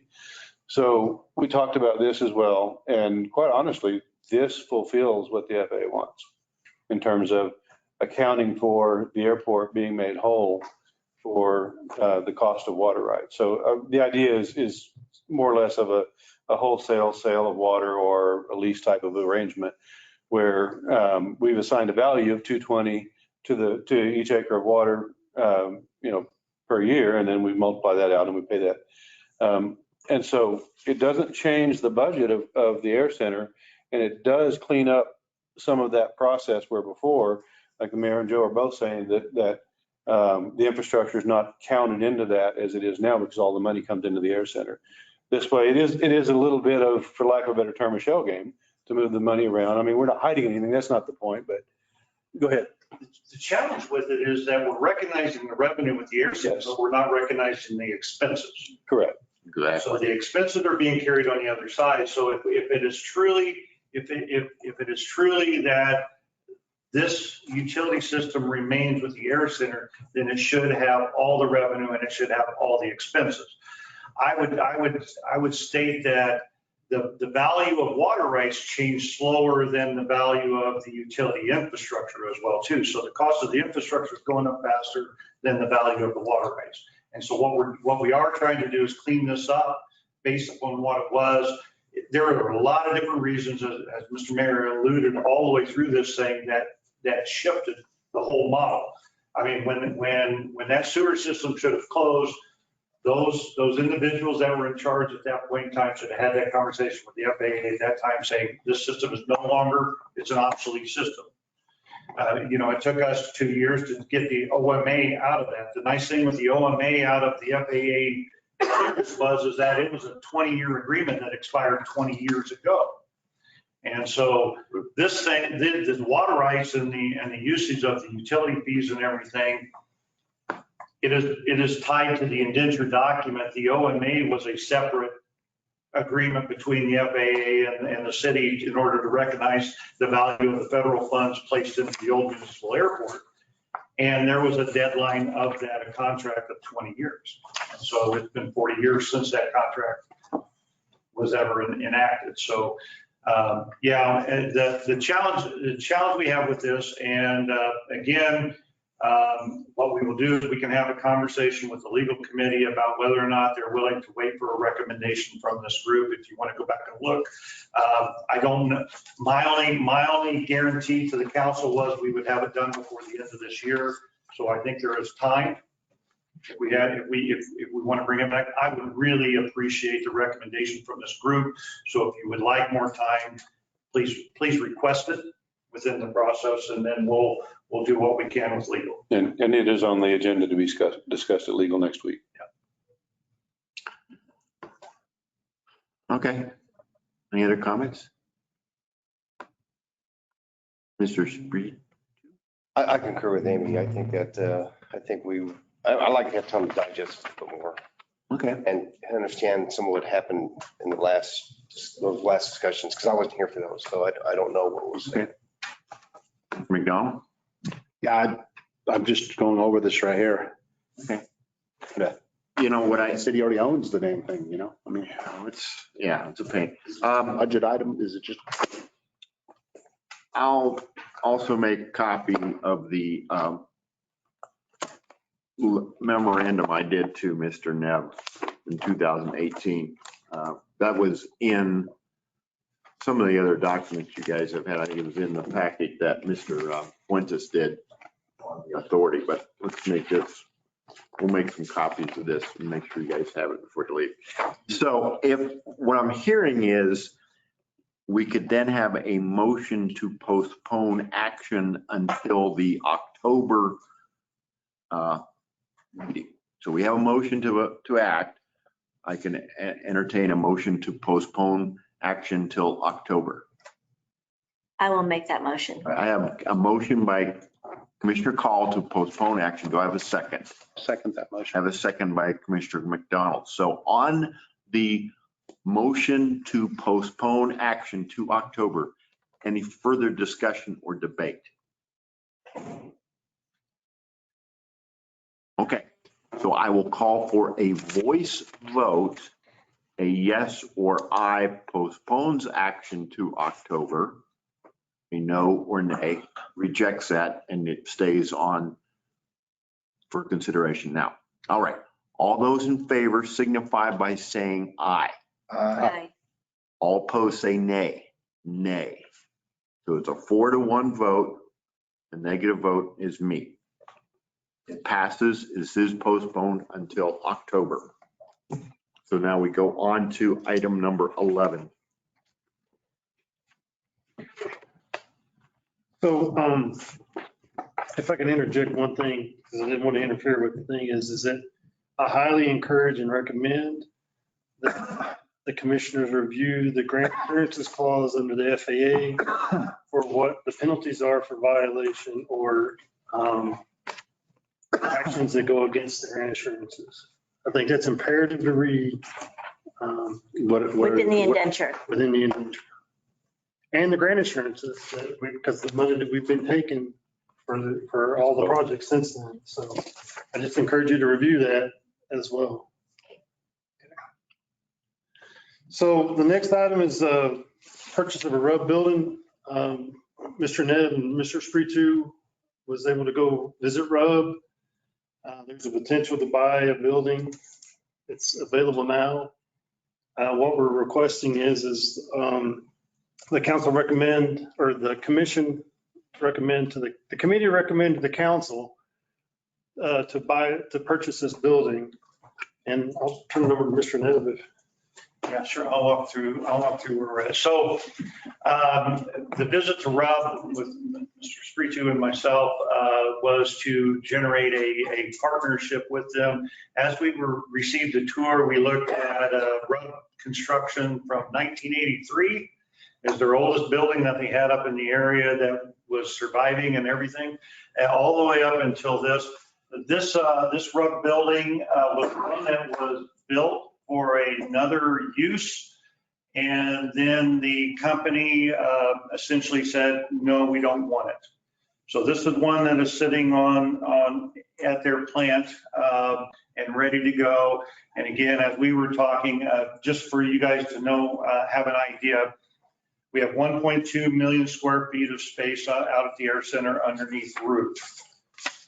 We have most of that is already utilized, and I'm using and Mike and I use an economic development tool of when you reach 70% capacity and 70% of your facilities are full, then you're actually 100% full. You should be looking at the next piece and adding on to this. So we're about 335,000 square feet shy of being 70 to 30% occupied and not. And that creates an air center that is actually growing and moving continuously as well too. So this one, this thing came up, and of course it was built. It's about a 185 by 120 by 26 foot tall, free span building sitting on their property. And they've provided us the estimate on purchasing it at $650,000. And so we really want to look at this because again, I think the one thing that we discovered with RUB is that it is not a normal vinyl type shell. They are movable. So if we decide we need to place them in a different area, we can do that. We are lacking warehouse space at the Air Center as well as hangar space for planes. We're lacking a lot of different things. And so there's a good option here. And so RUB does have about 4 other individuals looking at this. I've emailed with them today It is still available for that purchase. Along with the building, we will have to do some site improvements such as concrete floor, the foundation for all of the beam structure and everything. The material is a little bit thicker than even their normal material because it does have some insulation already for it. It'll work very well in our area, but this is the information we have there. Because it is time sensitive, I would love to have a recommendation out of this group because I would like to go forward to see if we can get that. I don't think we have a picture of where we wanted to place it. No, Okay. because, yeah. All right, so right now we were looking at placing it outside of the fence area, not utilize it as a hangar, but utilize it as warehouse space. One, because of the height, but the free span is really good. We were looking at, if you know where the two buildings, the twin buildings, building 112, we'll talk about in just a second, and building 115, where the tracks run through. There's property directly to the south. We believe that is the right size in order to place this type of a building. And then we can rent it out for warehousing space is really what we think the best use of this building will be. If you look at some of the pricing for these buildings, this building is probably valued over, it's close to $2 million. If we were to ask to have it built ourselves right now and developed and constructed, the Ascent hangar is a good one, a good example of the size of hangar that they're planning on building. That is a $6.4 million RUB structure is where they're right at that estimate. So we believe that this is a very good deal. It's a $650,000. The building package itself is $450,000. RUB will come out and put it up for the $200,000. And if you can go back to the picture of the hangar as well too. So you can see this was actually built for executive jet and helicopter hangars, and then the company decided they didn't want it. We would like to have the opportunity to go on this, and so I'll be taking this to the city council in order to find the funding in order to do this. But the reason why we're excited about this is exactly why I told you our square footage. We need more things under roof out there, and so we really like the open span concept. And this material, even though it's a fabric material, it's very difficult to cut or rip or anything.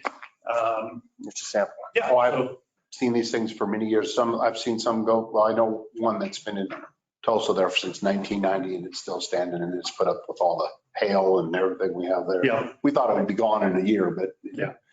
We actually believe this, this is very, and we're working with them on a better relationship or partnership as well too. But I just really don't want to lose the opportunity. You're gonna have to go. Yep. So is this the 600,000 installed? That's the concrete pad and everything? 650 is installed, no concrete pad. We believe that we're going to need another, probably just double the price of that, maybe a little bit more. I think we did some rough estimates on concrete, and so. I mean, it's a good size for it. It's not adequate for a hangar, but for warehouse, it's perfect. Yeah. Well, so just like with anything out there, when we start talking about potential, sorry, I don't mean to interrupt. Go ahead, Pace. We've got AVEX looking at it because they run their twin orders. And Well, yeah, I guess if, and then now Jen Air's looking at it for their back shop. That's a Dornier 338 that's sitting in there now. So it kind of gives you an idea. Yeah. It What could the hangar size is. reasonable stuff, that's great, but if you're gonna put money into a hangar, you might as well put Right. money into a hangar. I really believe that this will have a purpose out there, no matter what. I mean, I believe that we have some opportunities with some of our clients out there right now, but And we just so believe you that- know, there's one other thing you can do with these is they are portable. And how tall is that building? It's 29 feet, 26. 10-foot stem wall. Now you got 39 foot. Yep. So you can actually make it taller without a lot of cost. Yep. So good. I Just put it in the barn and keep it if somebody, like a circus tent. Well, I mean, the reason I'm excited about it is we already got two interested parties, but once we get it on center, it's like everything else is nobody wants to do anything, but Until it once that starts. one goes up, everybody's going to Yep, want to follow that's right. suit. So. Is the potential for one lessee, or can you compartmentalize it and make it, is it just for one tenant? You can actually compartmentalize it if necessary. They also suggested that if we had a different door structure, we could do that as well too, because you can see it's the fold-up door style. Yeah, you could put, So we can change the door style as well too. We've seen them with garage doors, we've seen them with regular door frames and everything. So we believe that the package is well worth it. I know that the mayor and I are going to have to go to another meeting here really quickly. I'm going to have to stay. You're going to stay with this and I'm going to go take that meeting. So this goes along with the last item too of building 112. We're asking, of course, we're going to declare that building obsolete and we need to demo it. The cost to take care of the current issues, bring it up to date. And so that's why these two are going to marry together fairly well, is that we're going to get rid of some of this building stock that is obsolete now, and we need to start replacing some of it. So we're really excited about this opportunity. I think everybody else in this room, Mayor, Mike, you can kind of cover if there's any questions, but I'm sorry I have to run. But all right, no, I'm excited about this because it's a good opportunity. Mr. Chairman, I make a motion You may make a motion. that we provide a recommendation to City Council to purchase this facility, this building. Okay, I would second that. I have a motion by Commissioner Espiritu and a second by Commissioner McDonald to recommend the purchase of the RUB building as described by the city of Roswell as soon as possible. Oh, did I add that to your? Exactly how I said it. I thought so. So, Oh, and time is of the essence. yeah, that's the other, and you know, that wasn't I had enough. entirely a joke. That was really, No, and I know, because I was there, so I know. I know. There are active buyers looking I know. at this facility. We don't want to sit at the lowest price. this is one of the challenges that we have as a government entity is that we've got to go through certain procedures, and Mr. Nebb can't expend $650,000 without council approval. Can the city council, no, let me rephrase that. Can the city provide a letter of intent based upon a recommendation to city council contingent upon? Mr. Fuentes, you're the ranking guy here. What do you think? Mr. Mayor and Commissioner Espiritu, I think a letter of intent, we can certainly provide a letter of intent with the condition that it is approved by council. And that gives us some flexibility that, as we always do, is just everything is contingent upon final approval. Concur. And I think that's good with the company too. I think it's good with the company too. That will help lock us into. Oh, you get RUB going here. They might come and start putting them up and leasing them out if you give them the space there. We've met with the RUB, so yeah. This is a good beginning to solutions for our air center storage and capacity issues. Is it a possibility that would become like a bidding war if there are other people interested? Sure. Yeah. Excellent How question. that impacts the request to the council? I don't think so. They were pretty interested to us. You know, we saw it. Yeah. We actually saw it. Yeah, you've talked to them. I haven't. Was there? You've talked to them. They were interested in selling to us if we would go through, you know. But then on the other you end, just do that. but on the other end, bidding war between tenants. She's talking about. He's talking I'm talking, no. I was talking about for the purchase of it. No, I don't think so. I don't think so. I don't think so. They're interested. Saying on the other end, if we do get it, that's positive.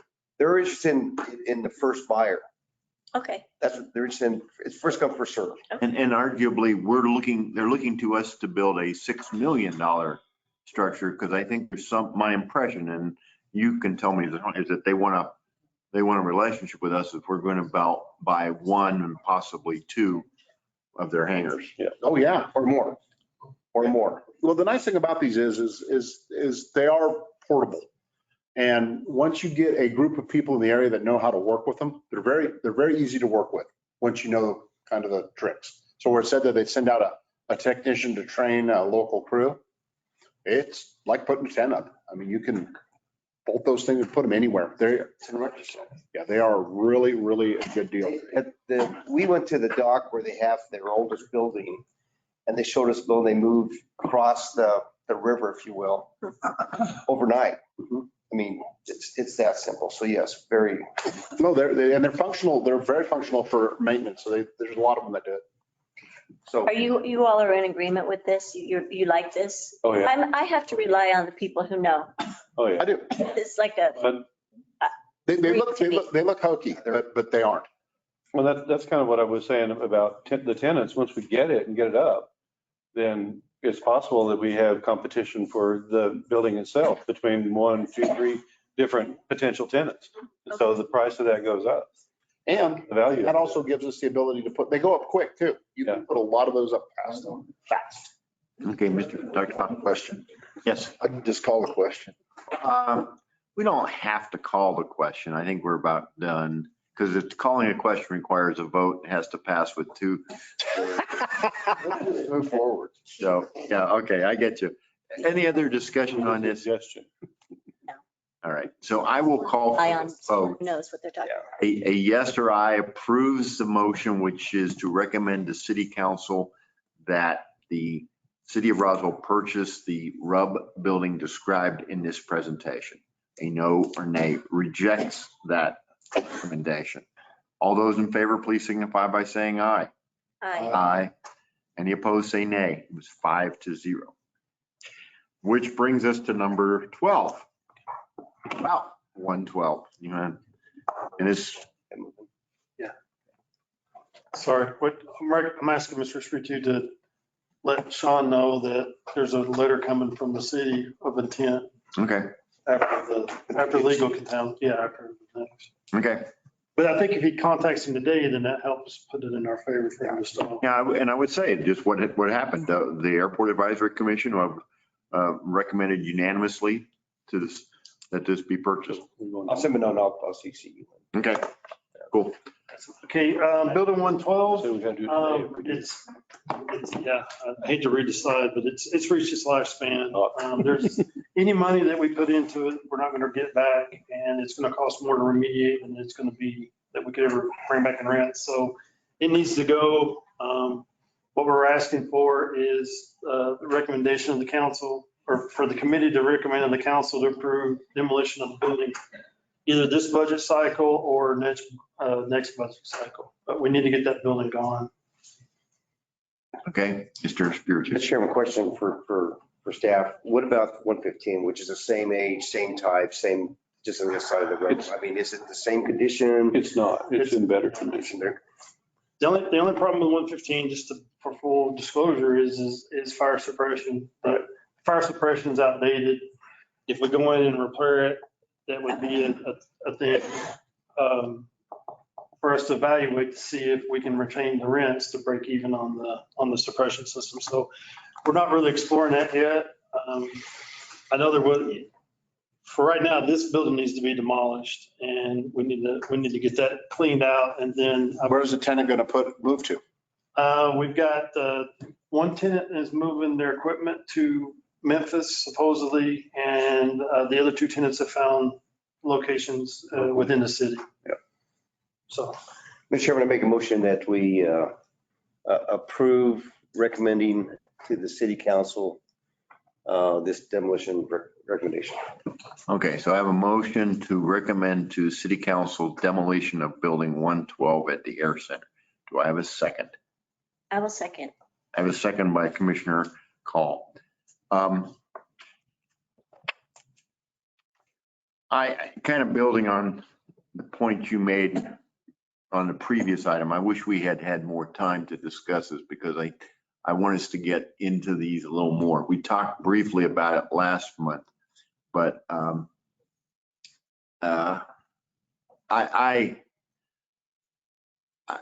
have access to the information from these guys more frequently, and I know about the condition of the building, and I candidly am concerned that this is something that's just, it's past its prime. It needs to go.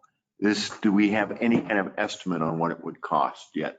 Not yet. Okay. We've got a ballpark. I think it was in the 1.7 or. I don't remember. 100. Yeah, I don't want to speak out of school. It's not outrageous, but it's not cheap. It's not cheap, but it's just because of the way the market is right now. Do we use it for any fire department training, things like that? You cannot do that. Because of the black mold. Yeah.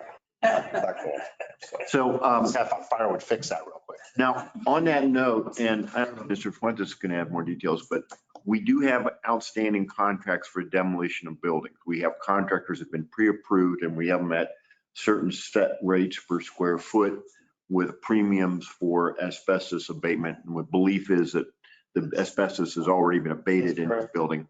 Oh, it has. So that problem is removed, but the actual demolition and then removal to the landfill, those costs we have, like I said, we have existing contracts with firms here in town. So You that, don't have to put it out for bid. You could literally just start. no, I still, because we have pre-approved contractors for this type of work. So this is what happens like when we demo. A house. Yeah, That's correct. exactly. So these guys start grinding it up. So, and this is our building, so we don't have to go through the condemnation process. So that's straight up. Now, this gets paid for out of the air center. I thought we was gonna take it out of the waterfront.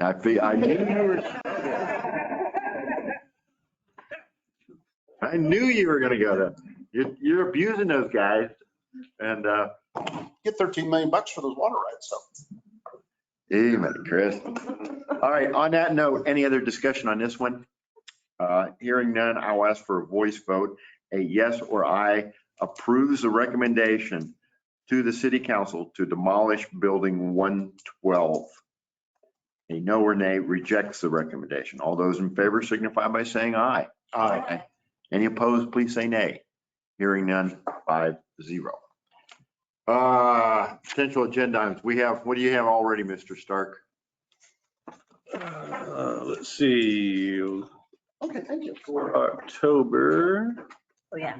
I have that. the draft resolution for the county, draft scope of services for strategic planning and water rights discussion. For November? I thought that was for October. That's November. Okay. Water rights, that's for next month. Yeah, water rights is next. November. Oh, okay. That can be corrected. then. No, November is the water line. Oh, the water. Line. Line. Yes, Yeah, correct. not the water rights, the water line. Skip that one. I'm Okay, not so, thinking no, it's taken. And the scope of services for the I'm sorry. scope of services, Yes. It's on there. okay. So read that out again, please. Okay, so cooperative agreement with the county, yeah, that one. Scope of services for strategic and the water rights resolution. Okay. Along with the normal stuff. Right. Including, I would like to have the ascent hangar project status again. Mhm. And let's talk about this RUB building project again. We'll know where we're at. Yeah, Because part of the challenge is we're gonna have to start, if we get this, Two-stage purchase, so you could purchase the building and then come back and contract for the assembly. yeah, that's true, but also the issue is where and what. And basically what we've seen is this is a good deal, let's grab this, but where do we ultimately put it and what use? Because, we talked about one of our tenants possibly using it, Mhm. 2 of them, or do we make it a general warehouse? We need to explore this some more. And this is the body I want to have this discussion. And I'm going to give you my 2 cents worth. I am pleased that we are having a vigorous debate about this water. Because this is stuff that's not been talked about. And this is what's frustrated me for a long time. It's obvious. We don't always agree, but by golly, we're not going to get anywhere if we don't talk about it and explore it and ask the hard questions and get the best answers we can. I mean, you guys are a good group and I want us to really dig into this stuff.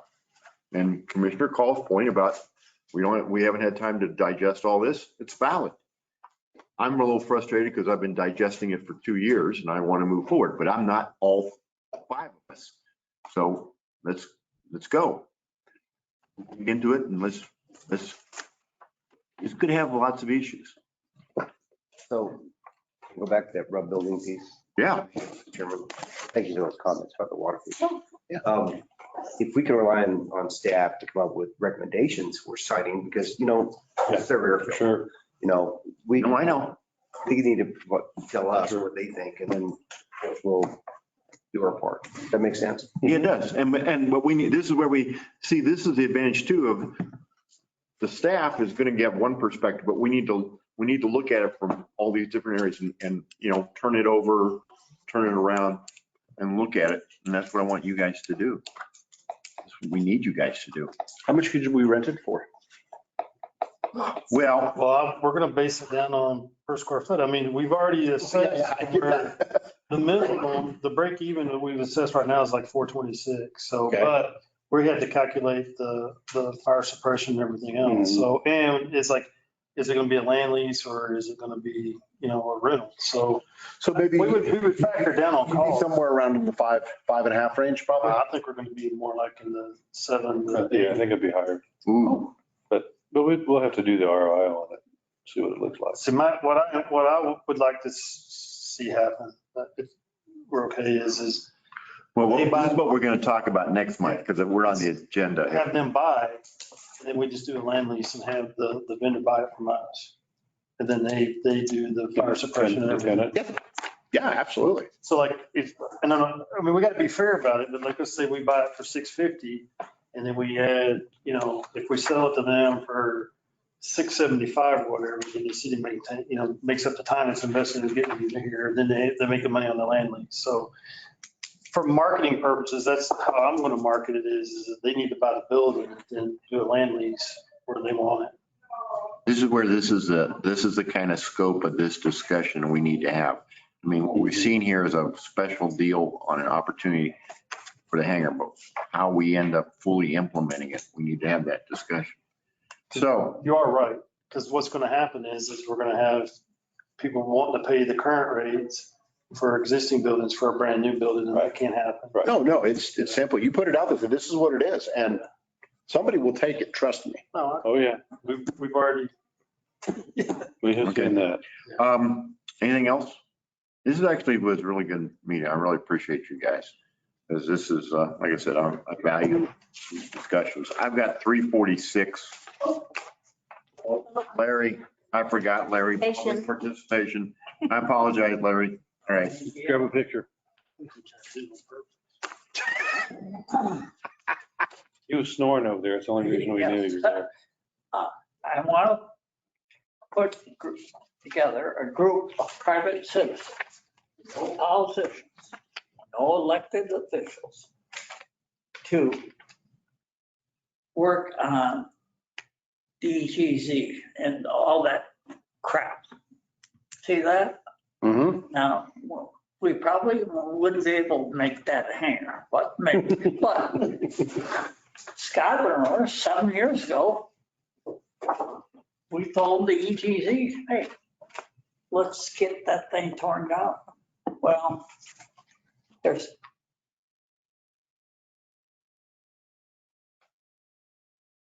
no money. EGZ doesn't have money. County says don't have the money. The city charges so much for the dump. And city says, well, that's in the county. The hell with it. That's why I want a group of private citizens who all have a large expense account so they can meet and discuss this. And then this group would come back and recommend to city manager and the county manager, we think you should spend this amount of money. I'm hoping that the county would put in 100,000 into a pool, city put in 100,000, 200,000 total to start off with. You want to go more? That's great. But let's get this thing going. Okay. Okay, thank you. Thank you. All right. Now I got 348. 348. Where's the? That's the water department not being interested in helping put together that. Send that off. I can't remember the last time we voted on something. I bet it's been a year. I bet it's been a year since we voted on anything. I wasn't here then. Sorry. I'm sorry. 50 county, $100,000 they put in. That was snap, snap. Mary, here's my. We're working on that. I think I know some. Okay. We don't have to, we're on there.